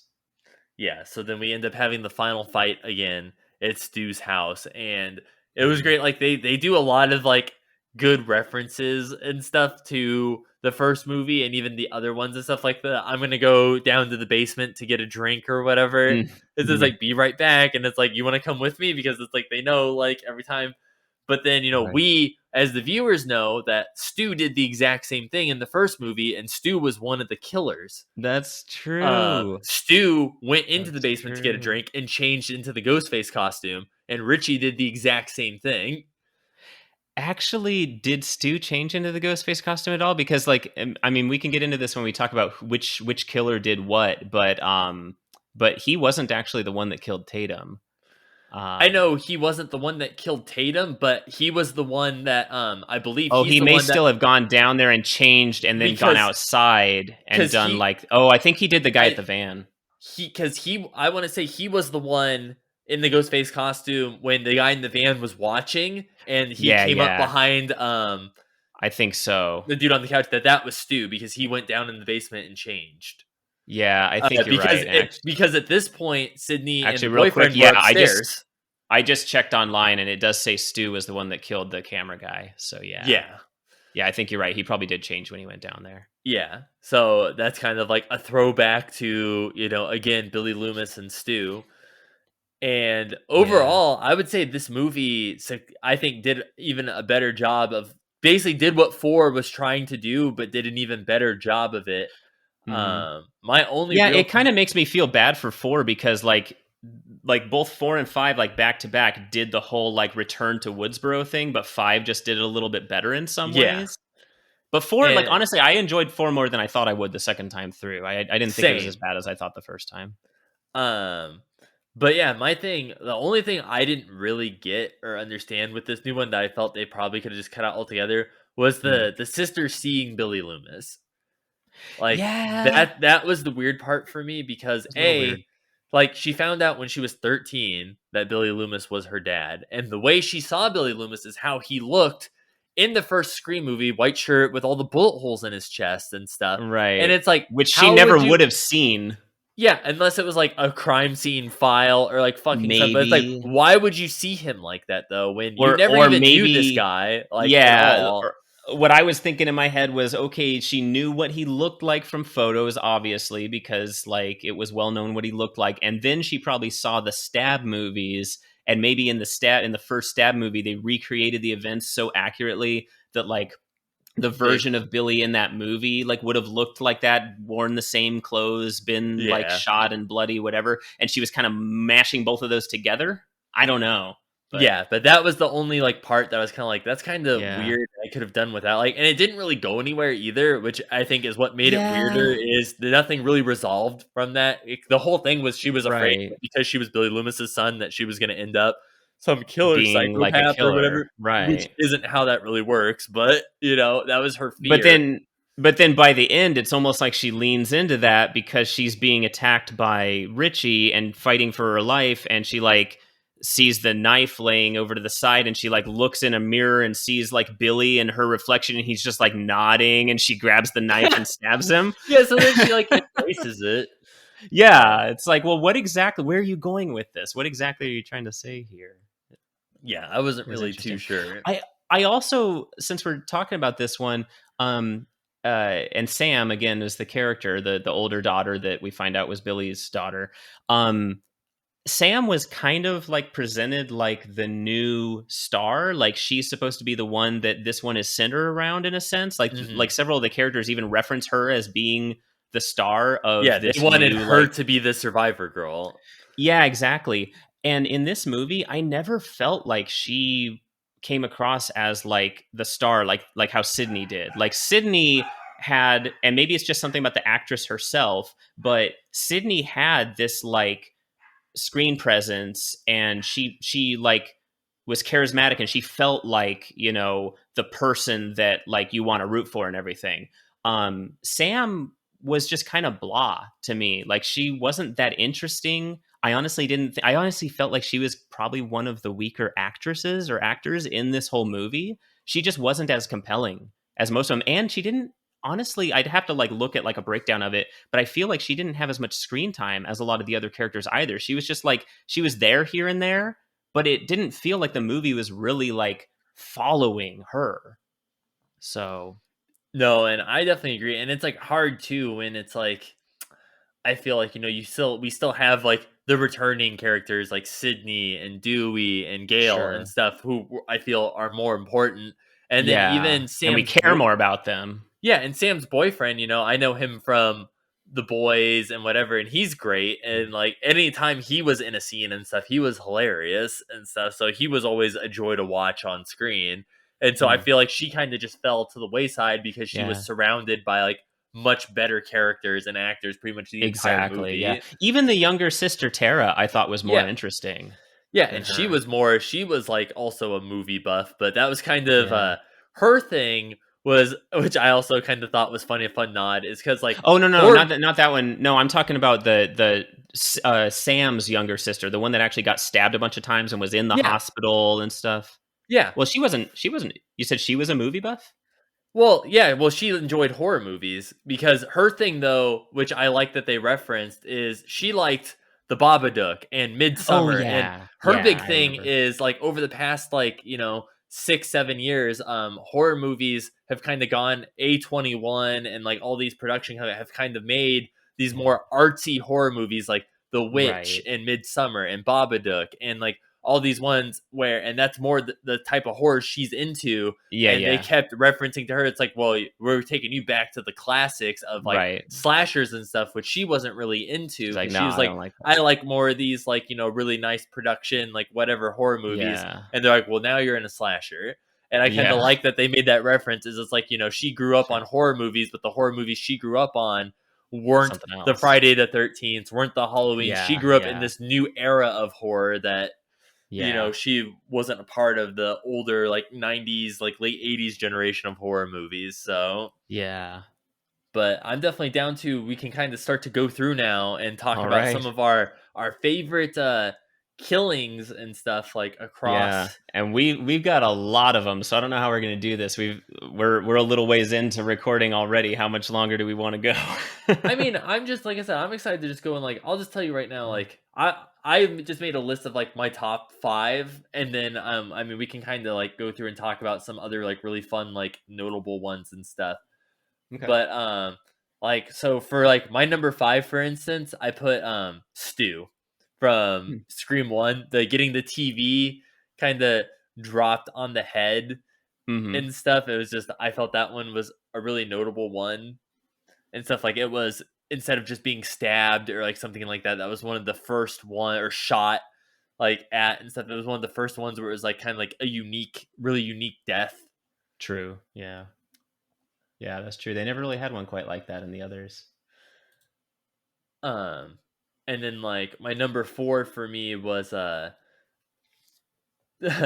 Tom in Scream 3, the gas explosion with the fax Yep. machine. So yeah, I Yeah. put Yeah. that The because house that blow. was The so, whole fucking house dude. blows up. It was like so dramatic and Yeah. over the top, and then yes, the entire house explodes. And then I will tell you right now, rewatching it, dude, the CGI for that like was terrible. Like it was Really? laughable. Like because it not only does it explode and it looks so bad, but then like as they're flying through the air, it did like the slow motion, and then everyone rolls down the hill for like 40 seconds afterwards and stuff. Yeah. And it was just so over the top that Megan was like, dude, is this for real right now? And I was like laughing, like hitting my leg. It just like how fucking ridiculous it was. And to me, that was like the peak of like ridiculousness in like all of the Scream movies. I never like, that thought was, like, that much into it, but it is pretty ridiculous, especially when you consider that, like, for the most part, the Ghostface killings have always been very like down to earth. It's like yeah. a stab. Like typically they never even use a gun until after they've revealed their identities, and then all of a sudden they pull the guns out and they're shooting people, shooting and stabbing. But typically, like, it's just Ghostface shows up face to face, stabs you in some way, sometimes more creative than others, and then slips away. But that one, he wasn't even there. He's just like, I'm just gonna blow up a fucking house now. Yeah, It was just, like it really was out of C4 in character. the fax machine. It was like out of Yeah. nowhere, and it was like, dude, what the fuck? Well, it's supposed to be a gas thing. Like he left the gas on and then ignited it. But yeah, that like just was really out of character for these kinds of killings, for Ghostface killings. It's kind of funny. And then for my third one, which it's funny because this one happens off screen, but I did Steven from the first one getting first gutted one? by the pool. Yeah, the Okay. boyfriend. Because and I put that one as high up as I did, even though it's one that you don't see, but I felt it's important because it gets referenced throughout all the other movies, like in Right. the fourth one or whatever, The fourth one, they had the guy tied up. Yeah, like he was he's gonna tied get up just gutted. like the first one and stuff. Yeah. And then even in other media, like a scary movie, and like not Right. like they reference this entire like first scene and stuff, and it's so Yeah. iconic. I feel like that it Yeah. deserved a higher spot up there. Right. Yeah, and you know what? I honestly considered a lot of things when I was kind of making my own list too. And I do consider stuff like that, like the importance of the killing, the impact of it, how it affects other characters too. Because like the first movie is iconic because it's the original. It's setting the stage for everything, and that first killing of Steve really sets the tone and does so much for seeing Casey, the girlfriend, seeing her reaction to it and how absolutely horrified she is, and she crawls into the corner and she's bawling her eyes out while she's on the phone with the killer, and she's trying to think as he's asking her questions. It's just like a really like impactful scene that's essentially started by seeing this guy get gutted, or seeing the aftermath of it, at least, because it happens off screen. Right.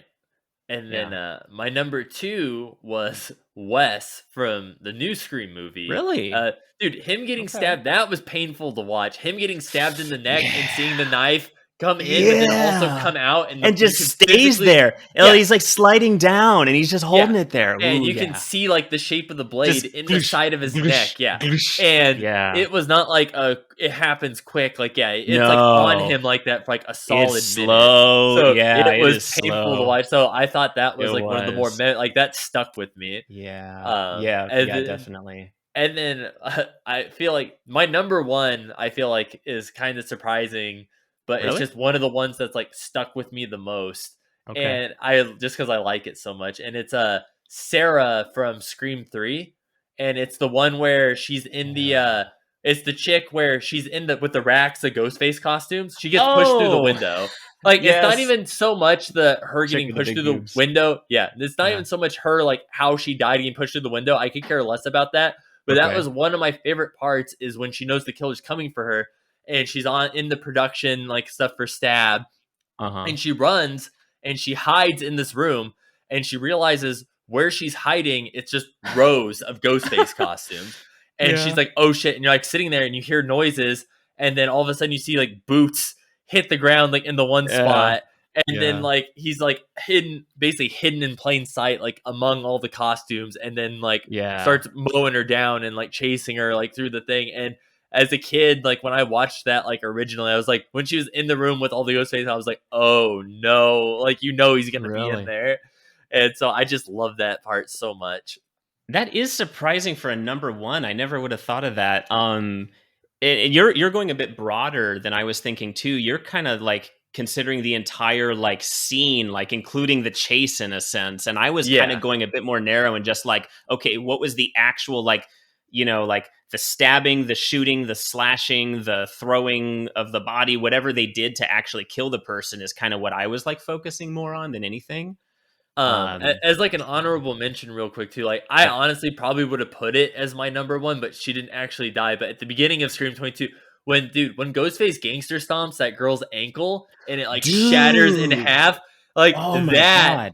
was insane to me. Like that's like the first like 10 minutes of the movie, and I was like, holy shit! It's like the bones like sticking out of Yeah. her ankle. Like Dude, that I went kind like of hard forgot about really that. quick. Like, I and I was kind of like, dude, forgot about that, and now thinking back to it, it's even crazier that that fucking girl was walking around later in the movie. Because that was yeah. Tara. That was the younger Like, sister. yeah, they How basically the fuck? separated her foot from her leg, and I was like, dude, Yeah. that, and she It was survived, brutal. and it was, and Yeah. honestly, if she had died, I would have probably put that as my number one, because I was like, dude, that like threw me for a Yeah. loop in the theater. Like Well, when that because not happened, I was like, only oh does my that happen, god, but he stabs her multiple times, like front yeah, and back. Like, yeah, that would have been higher up there for me too. Like, yeah, I can't put it on my list because she didn't die. yeah, But but it yeah, it was was definitely definitely an notable honorable mention for me. for sure. Okay, Um, well, if we're gonna do top five, I'll go through my top five, and yeah, I'm not 100% committed to this exact order necessarily, or even to necessarily whether these should be exactly my top five, because I really quickly tried to put together my list this morning,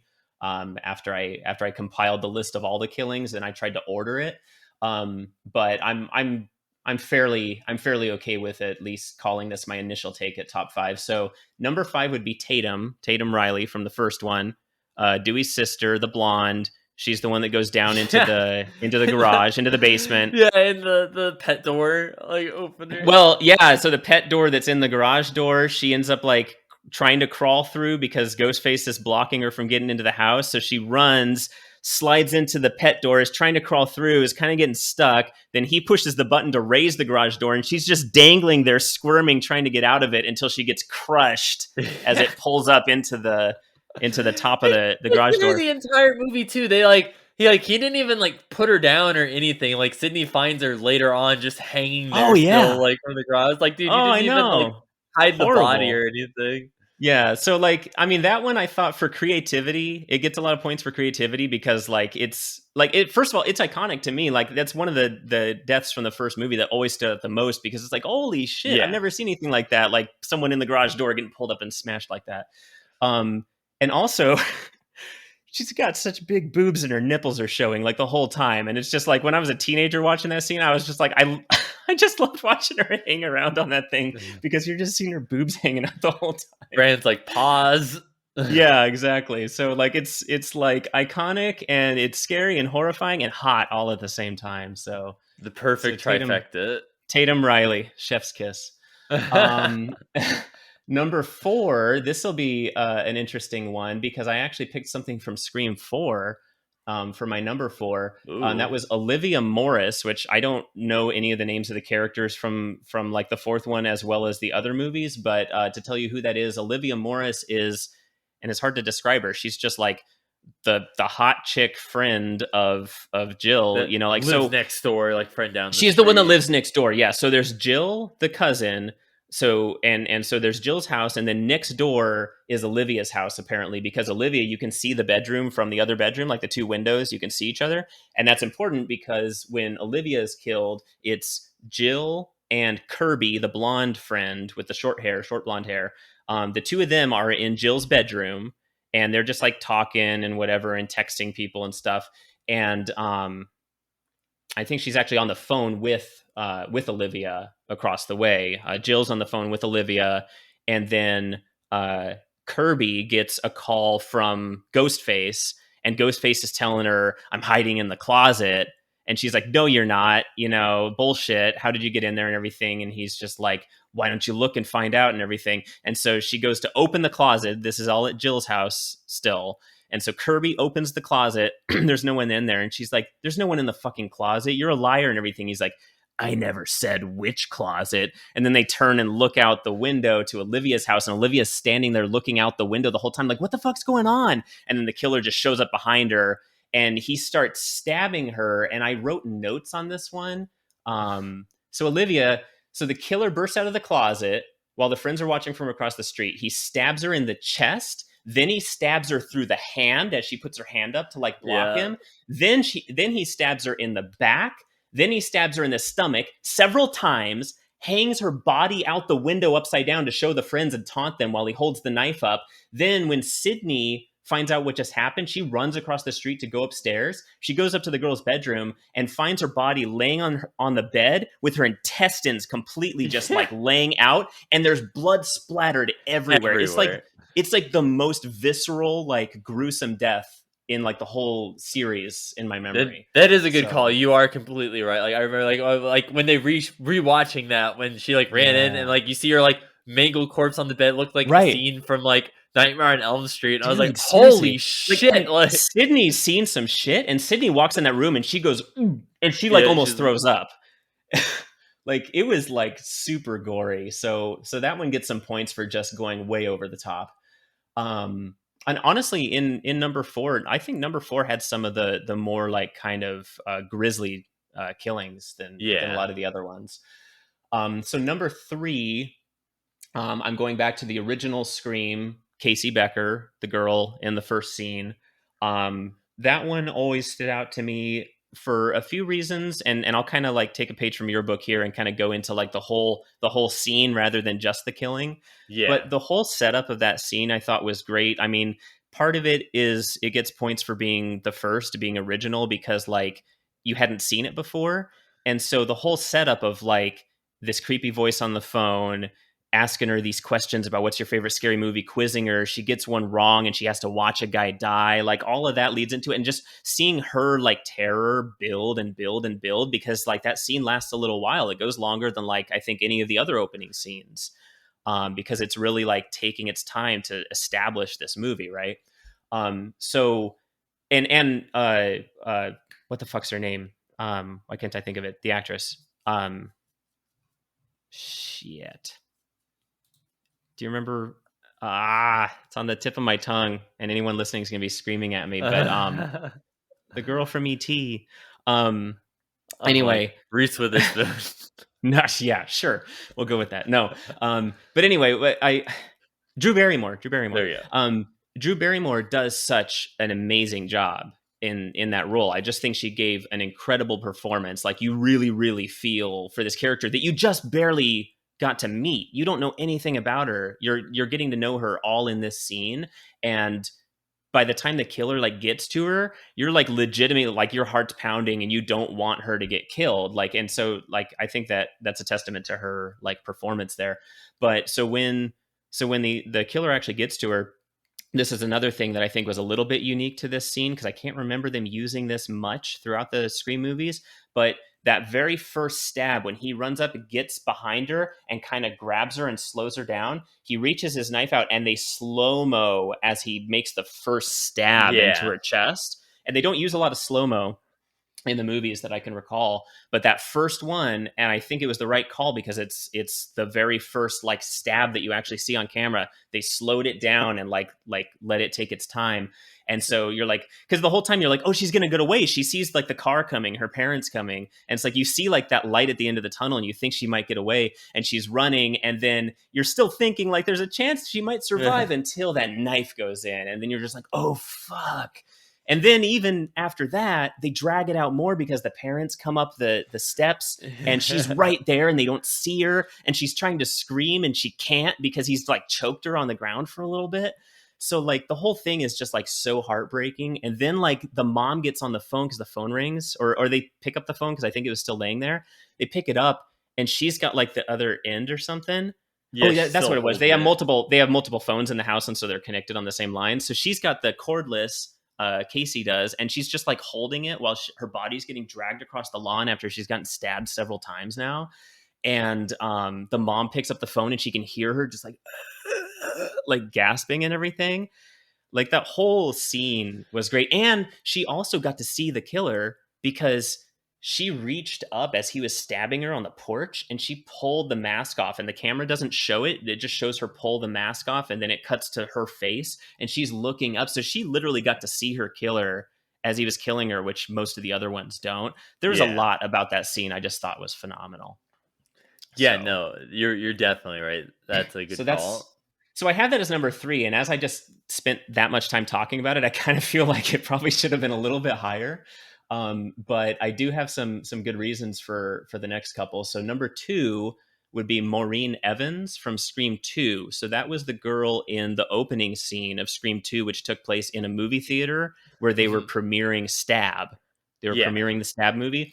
So you've got Maureen and apparently her boyfriend, I guess, Phil Stevens. So both of them get killed in that scene.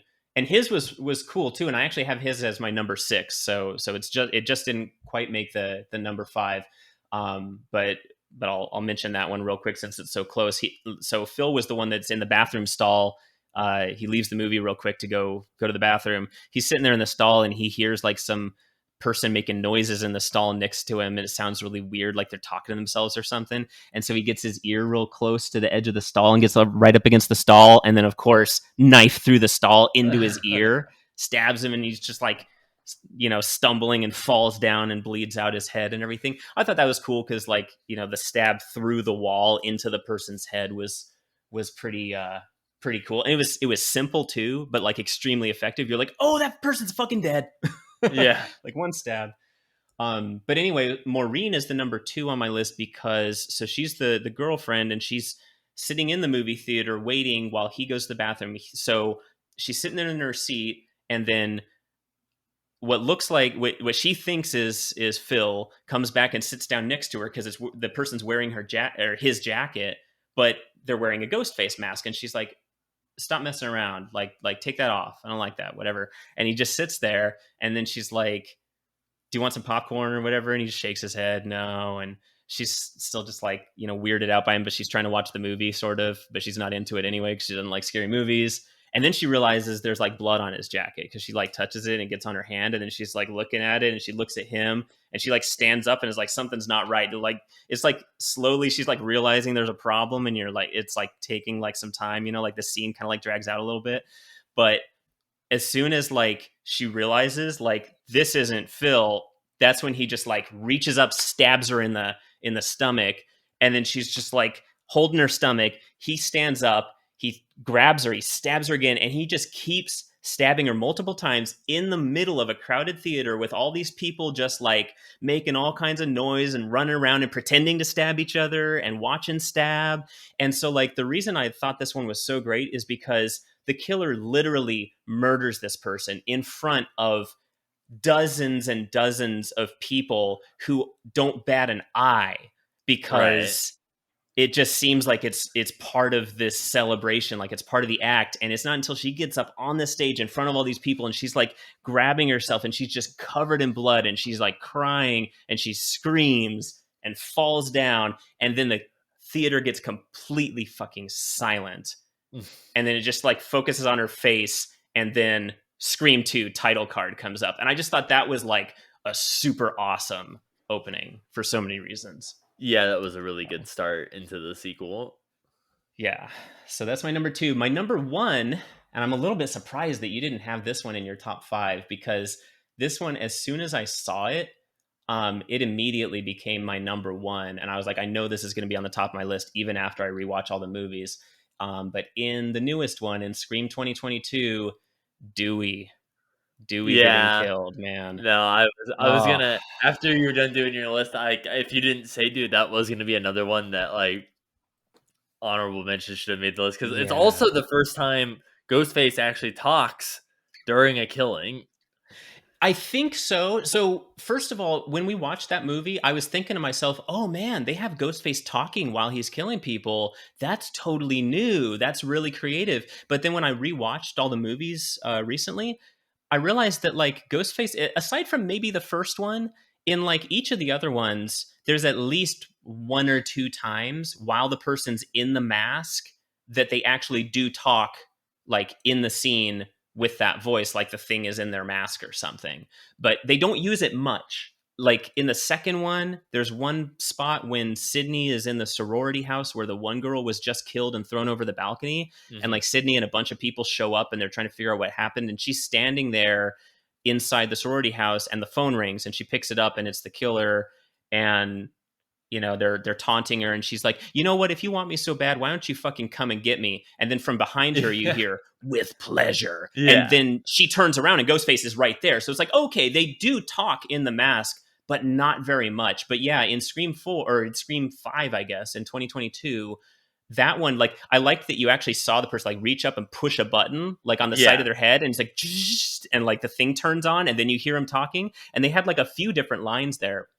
And yeah, they used that really, really well in Dewey's death scene.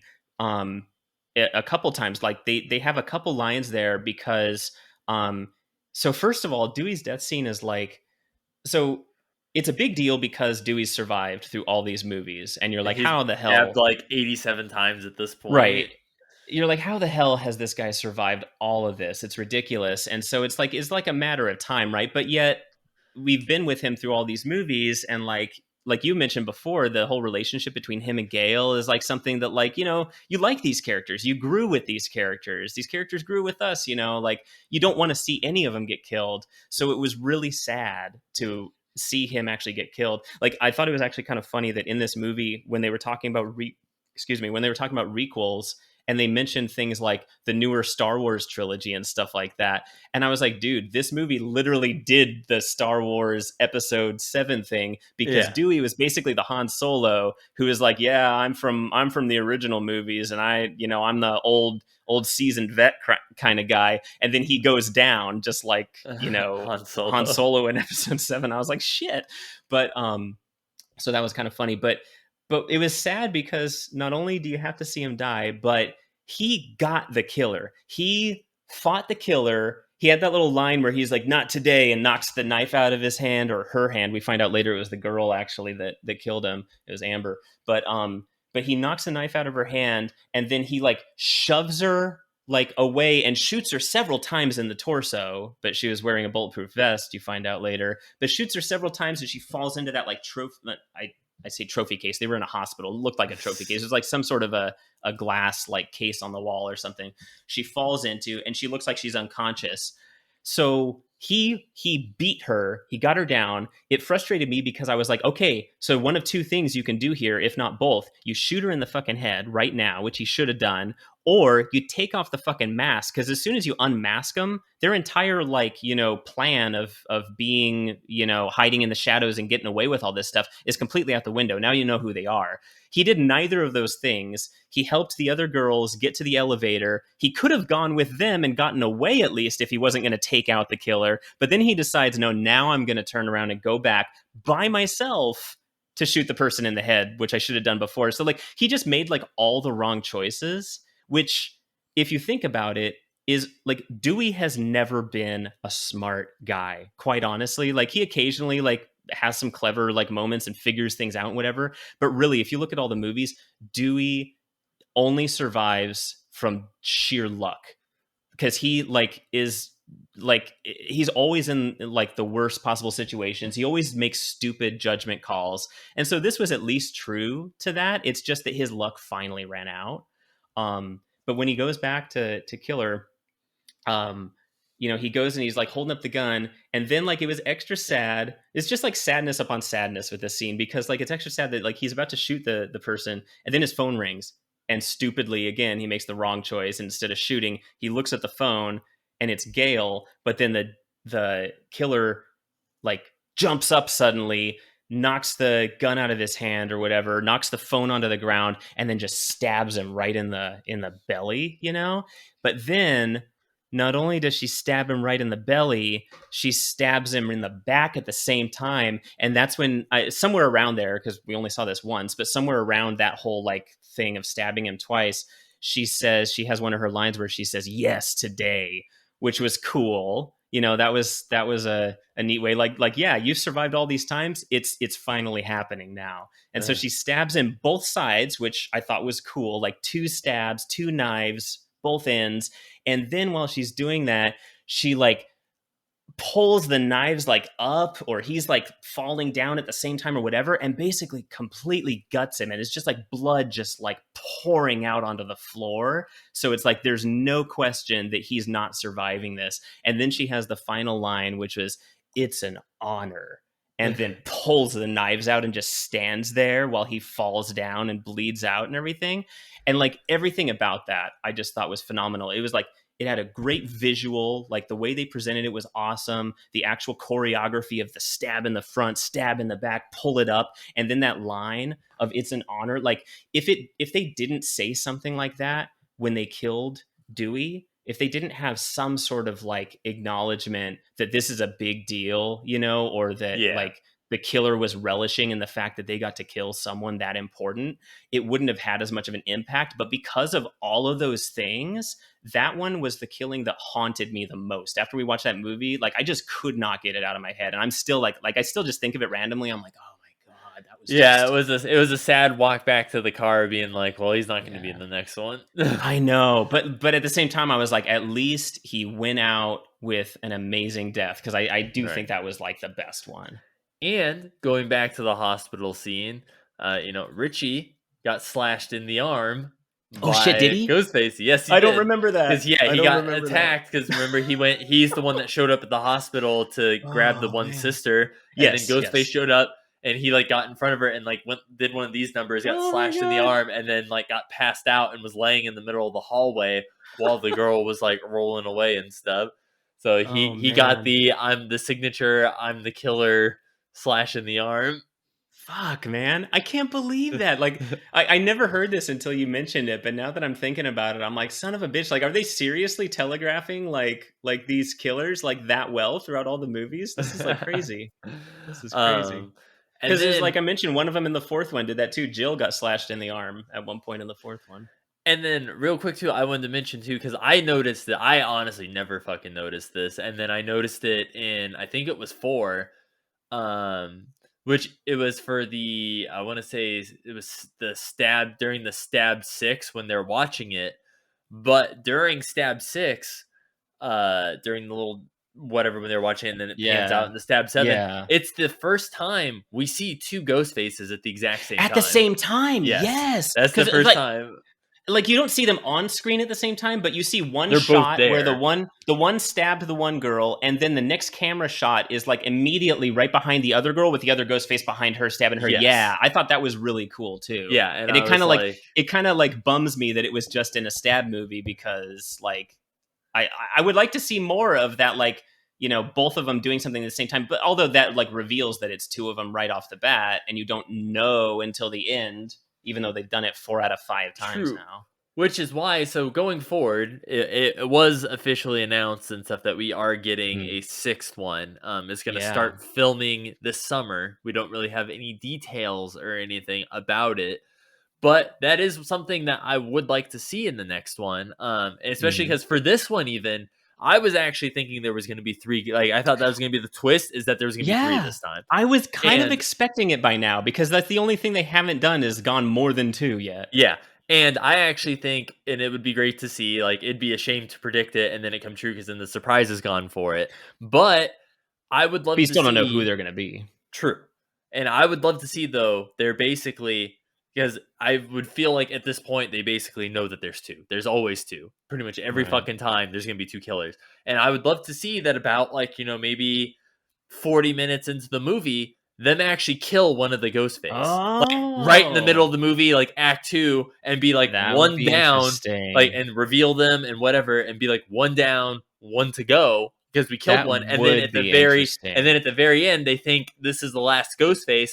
And then the second one, the third one shows up. Oh, yeah. Ambushes. And then they're like, oh, there was 3 all along. And that'd be phenomenal.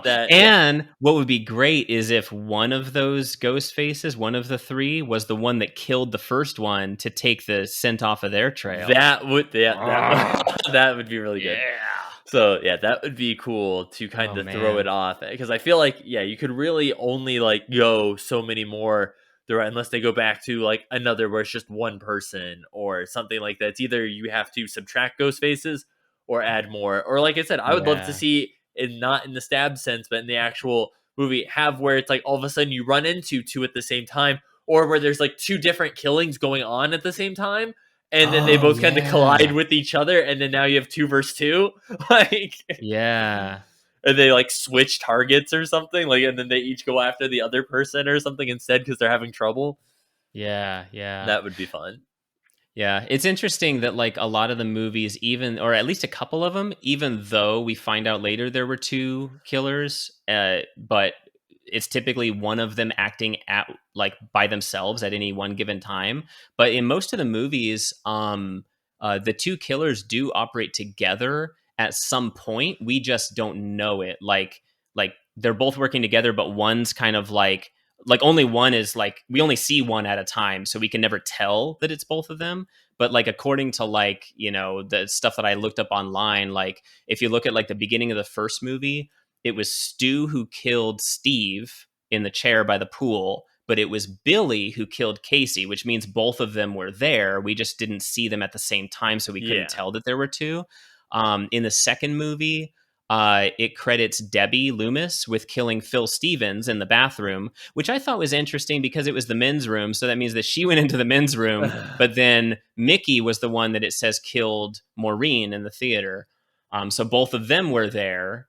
But this is also interesting to me because I always assumed it was one killer in the movie theater, because Phil gets killed in the bathroom. He's wearing his jacket. Blood gets on the jacket from him bleeding from getting stabbed. Then the killer in the theater comes in wearing his jacket. So I assumed it was the same killer. But online it says that it was Debbie who killed Phil and then Mickey who killed Maureen. So that means Debbie killed Phil, took his jacket, gave it to to Mickey to go into Yeah, the that theater. seems kind of weird. Like, I don't It know if does I seem weird, 100% doesn't it? believe that because, like, I'm not sure how accurate these could be. They also missed one of the killings in the fourth one that I had on my list. That character Kirby, the blonde haired one, the short haired blonde girl. She's not even in the list that I found online. So I'm like, oh well, then I don't I know how guess because accurate I've heard this is. speculation that Kirby could still be alive because Oh really? because she got stabbed, but we never actually saw her dead, and we never saw her get like carried away, but we also never saw her like get medical attention, and so she got stabbed in the stomach by the pool. But Mm, it's one of those things where it's hmm. like I've heard people say that if there was a sequel or something, they would like to potentially maybe see her return if she is still Interesting. alive. I never considered that. I mean, she got stabbed a few times. I think he stabbed her like 2 or 3 times in the stomach area. Yeah, I mean, certainly they more people have been stabbed more times than that and survived. yeah. But I also feel like she's not the only character we've seen get stabbed and then left for dead, and then uh, are meant to believe that they might have survived. Like I think a lot of other people in these movies have been stabbed once or twice, and then the scene just cuts, and it's like, yep, they're dead. So I don't know. It'd be interesting. Um, So So if we had to rank the movies, oh, the uh, movies themselves. Mm. yeah, as a whole. So for me, so I'm just gonna do my. So for me, like if I had to rank the movies in terms of like, I'm just going off like my personal, but like in terms of like favorite, I would probably have to do it as, I would do probably. I would probably say this is probably changed a little. I'd say 1, 5, 3, 4, then 2. Initially, I think I would have had 2 and Hmm. 4 switched because 4 was my least favorite. But after talking about it more and stuff, I think 4 had a lot more like unique kills, a lot more like I like the motives and stuff of both ghost faces more in 4 than I like, um, the motive of Hmm. Mickey and stuff in 2 Hmm. and stuff. So, um, Interesting. and I thought four what had the weakest script of all of them. I think just like the dialogue, the writing in general was weaker than the other yeah, ones. That's where true. it loses points for me. Like it had good killings, and honestly, if you look at the total, Scream 4 absolutely outranks all the other movies with the total number of killings that they had. There's two different ways you can look at it. If you just consider the actual killings that happened in Woodsboro within the events of Scream 4, they killed 12 people, including the killers Yeah, themselves being killed. There were 12 deaths or 12 killings. If you count the Stab movie fake outs in the beginning, the Stab 6 and Stab 7 intro sequences that they show, because that's showing new killings that we'd never seen before. If you count those, it's 15 because there's 3 more killings between those. So depending on which way you look at it, it's either 12 or 15. But either way, that outranks any of the others because Scream 2, you had 10 killings. Scream 3, you had 10. So it outranks those. And then Scream 2022, the latest one, there were only 8. And then the original one only had 7. So Scream 4 like had a huge body count. yeah, and I think that's also kind of my thing. I didn't really care for the friend circle that much in 2. Like, you don't really Mm. like give too much a shit, like the boyfriend or whatever. I don't really give that much Hmm. of a shit about them. Where it's like in 4, I did like the cinema club kids, like they were entertaining. Like I liked Kirby. Like I thought like Hmm. their friend group was funner to watch than the friend group in 2. Hmm. Okay. I'm not sure I agree. Um, That's so fine. yeah. No, this will be interesting because I think my list is going to be relatively different from yours and somewhat reversed. So I do think I have to pick the first one as my top. Yeah. Um, and there's a lot of things that the sequels do really well that you don't get from the first one. The first one is a bit more straightforward.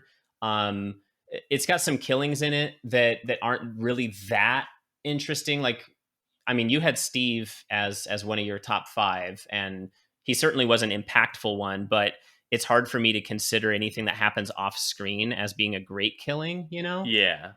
And it technically happens off screen until she turns the lights on. Um, and then you've got the principal, which I totally forget. Like every time I watch that movie, I forget that the principal dies, or I forget how he dies. Because it But he happens basically, so fast. it does happen fast. He's just in his office. He hears a noise. He goes, looks out the door, sees the janitor mopping, and he's like, "Oh, no, not you," you know. And then he goes back in. The door is still open, and then the door like swings closed behind him, and the killer's standing right there. And he just like rushes at him. He turns around, he just gets stabbed in the like torso and falls down.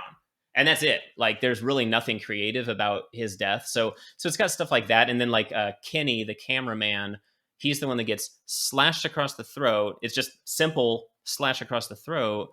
But then later, when Gail goes to drive the van, she turns on the wipers and there's like it's The blood, sliding all the yeah. blood around. And then she like backs up and stops real quick. And that's when you see his body slide forward. And I thought that part was kind of creative. Like, oh, they put his body on top and the blood's been pouring down. But it wasn't actually part of the killing itself. It was just, he just had his throat slashed. So there's some simpler ones. And like I said, just lower body count than the other ones too. But something about the first one, it was just like, maybe it's nostalgia that's playing into this or something because it was the first. But it's hard for me to put anything above that. Plus, I really think that the third act of the first movie was the best one. Yeah, and I feel like the first one laid the groundwork for the It did, the other ones definitely did other aspects better than the first one, but without the first one being what it was, you wouldn't even have the other ones. And even So- if I try not to compare the other ones to the first one, if I try to just look at the first one like as a whole, or actually, no, let me reverse that. If I do try to compare the first one to the other ones, and I compare like, okay, final act Billy and Stu versus final act any other killers from the other movies, I still think Billy and Stu come out on top because first of all, those two characters, or rather maybe just the actors themselves playing Billy and Stu, they sold it so good. They were so good.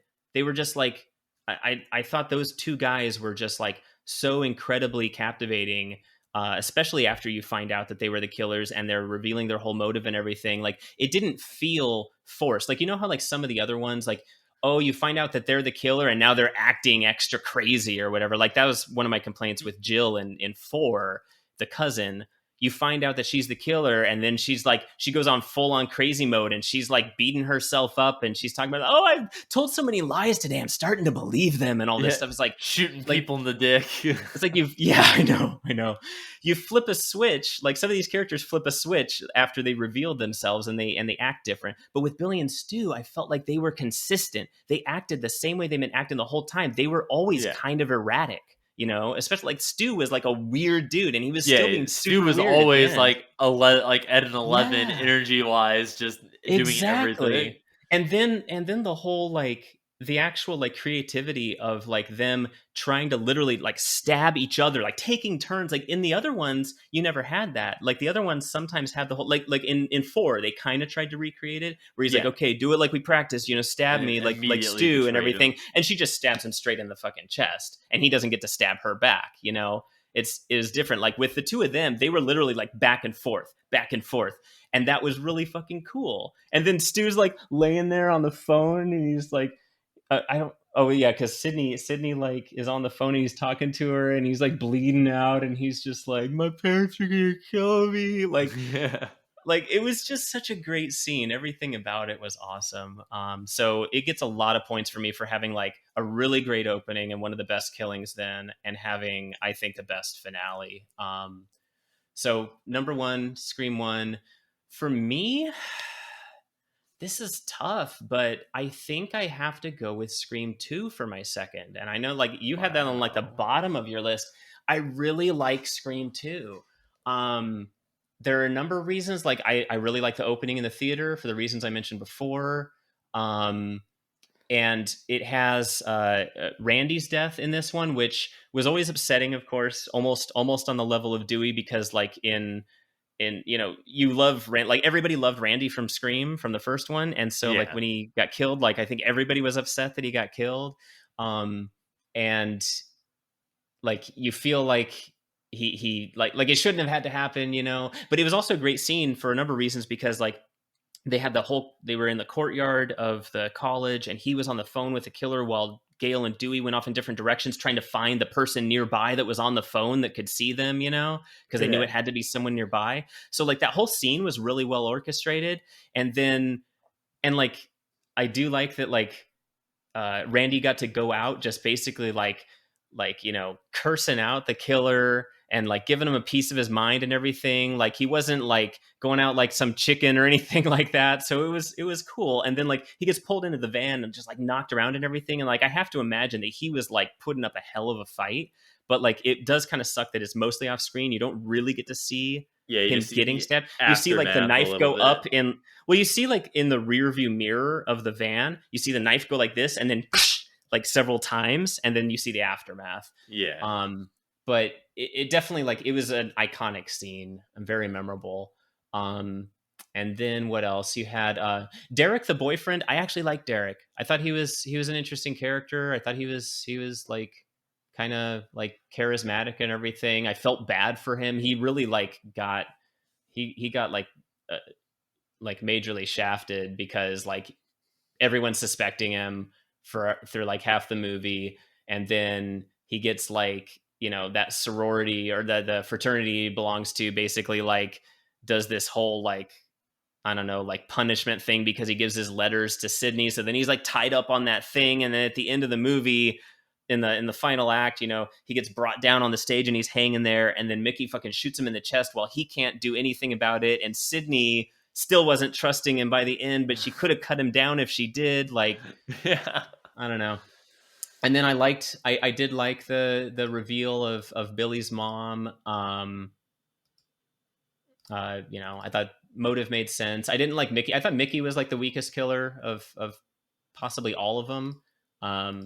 But I still just liked a lot of Scream 2. Scream 2 had great moments with like, musical segments and stuff that they would weave in. Like the first like couple movies, especially, like it had really great placement of like music tracks. So I don't know. It really, I don't know. It always stuck with me. I always liked Scream 2 a lot. So I would go 1 then 2. I'll try not to go too long-winded with the other ones. After 2, I think I got to go with the new one after 2 because I really did like the new one a lot. Yeah, it was really good.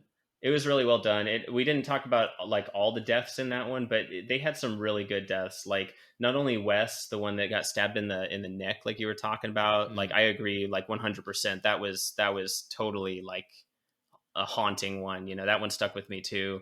You had his mom, Sheriff Judy, that was introduced in the 4th one.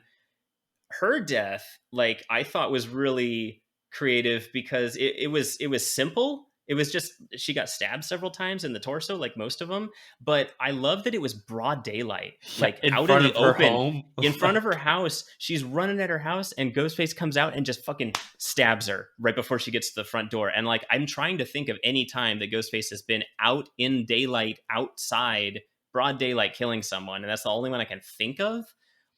It's pretty unique. Like the closest would be Randy, but they were hiding in the van. She was hiding in the van when grabbed him or pulled him in and killed him in the van, and then changed, took the costume off and left it on the seat of the van and walked away. But yeah, being that one outside during the day and stuff. Like any other ones that happened during the day were like inside a building or something like that. And most so of the killings outside or at night. Exactly. So I liked that one. And then what else? You had the girl that just got fucking shot in the head right as Amber reveals herself as one of the killers. Welcome to Act 3. I like that. Yeah, That was I was like, good. fuck, man. No, there was a lot of Richie himself when Sam like cuts his throat at the end, he's like, what about my ending? And she's like, here it comes, and like slowly across the throat. Like that movie like had some good There was a lot of fun. I like when, not even a killing, but like when Richie's in the closet and Sydney's like just walking around, she's like, fuck this, and just shooting through the doors and shit. And she shoots him in the leg, and he's like, what the fuck? And then she's like, well, why didn't you come out? And he's like, because you're over here shooting through fucking doors. Like, why would I come out? And then when they like, she's fighting, and she's like, get the gun or whatever. And he's like, yeah, I'm trying, but you shot me in the fucking leg. As he's like hobbling down the stairs. Like, that's pretty great. Yeah. Oh man. So anyways, yeah, so I'll do Scream 1, Scream 2, Scream 5, 2022. And then I would do Scream 3, because Scream 3 still was relatively solid, although like you said, it was a little over the top. And then the fourth one would be last. But like I said, like I don't feel like the fourth one was as bad as I thought originally. Like it does get points for having a higher body count, having some pretty gruesome deaths in it. Yeah. Yeah, and I just want to mention also with Scream 3, yes, although like some of it's more over the top, some of the characters are more over the top because they're dealing with like characters that are supposed to be actors. You know, Yeah. some of them are like ridiculous. Um, and I have to give it credit for having, being the only movie that has one killer, and for having one killer, that dude was fucking busy because he killed 9 people single-handedly. Which it like at first I was thinking, oh well, none of the other killers came close to him because there were always 2 of them splitting it up. But honestly, in Scream 4, Jill killed almost everybody. There's only 3 killings that are credited to Charlie, and one of them is actually credited to both of them because it's the girl in the beginning that gets like killed off screen and thrown through the front door window. Yeah. It actually credits Jill / Charlie with that one, so it actually counts toward both of them. Because on this website, I found it shows a ranking, like number of kills for each one, and if you count up each of them from Scream 4, they're actually counting that kill for both of them. But so he only gets 3 at most if you count that one, and she has 8.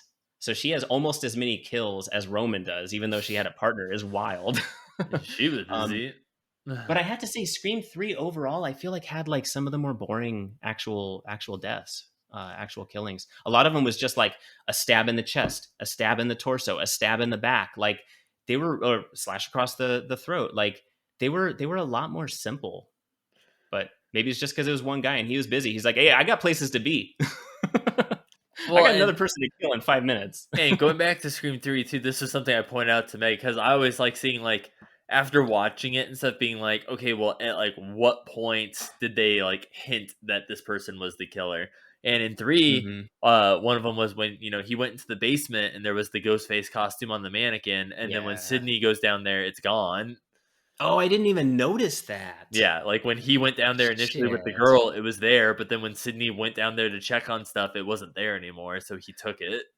What I've always thought was one of the biggest giveaways that something was up with him is in that scene or shortly after that scene. He goes down there by himself. He finds that like that coffin that has like a skeleton or something, and it opens it up, looks back, whatever, and then it cuts away, and then you don't see him ever get attacked or killed at all. And then the next time they go down there, you just find his body. But that's really, really, really unusual. Like I'm not sure if they've done any other actual killings like that in the movies. Well, actually I can think of maybe one where you just find a body.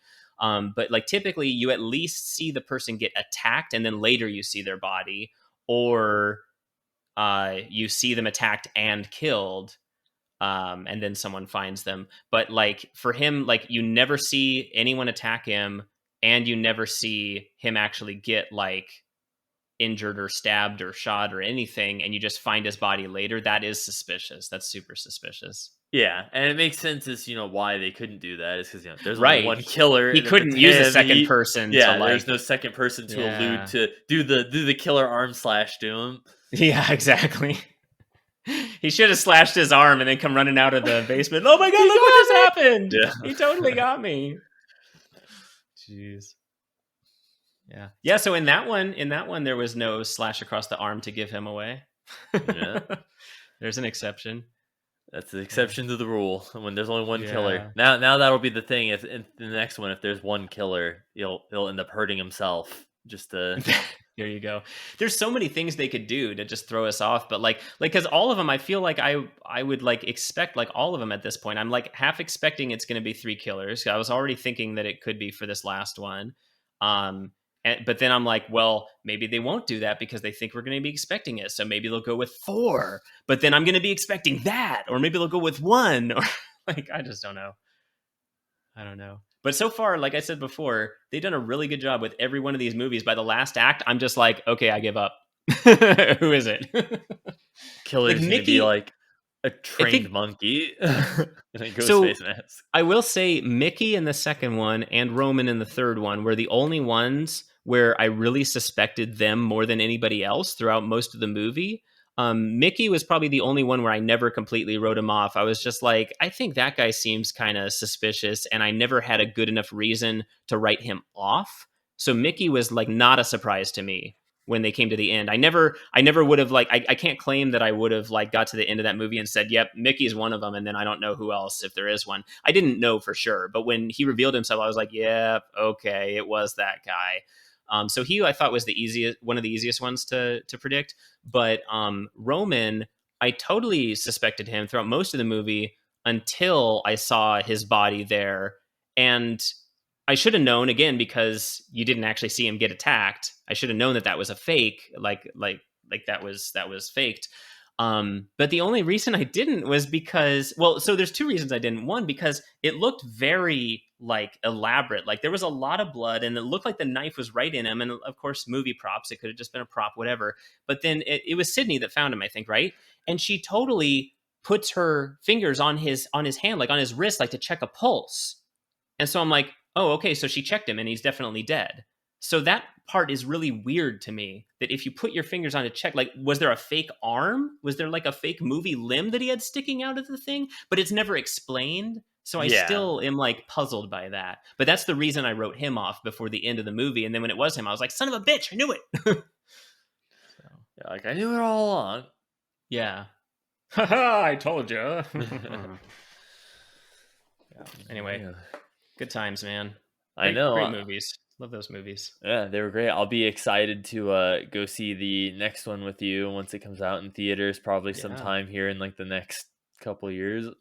Let's do it. And then we can talk about all of these movies all over again in just as much detail. I know, that's more content. Just as long-winded.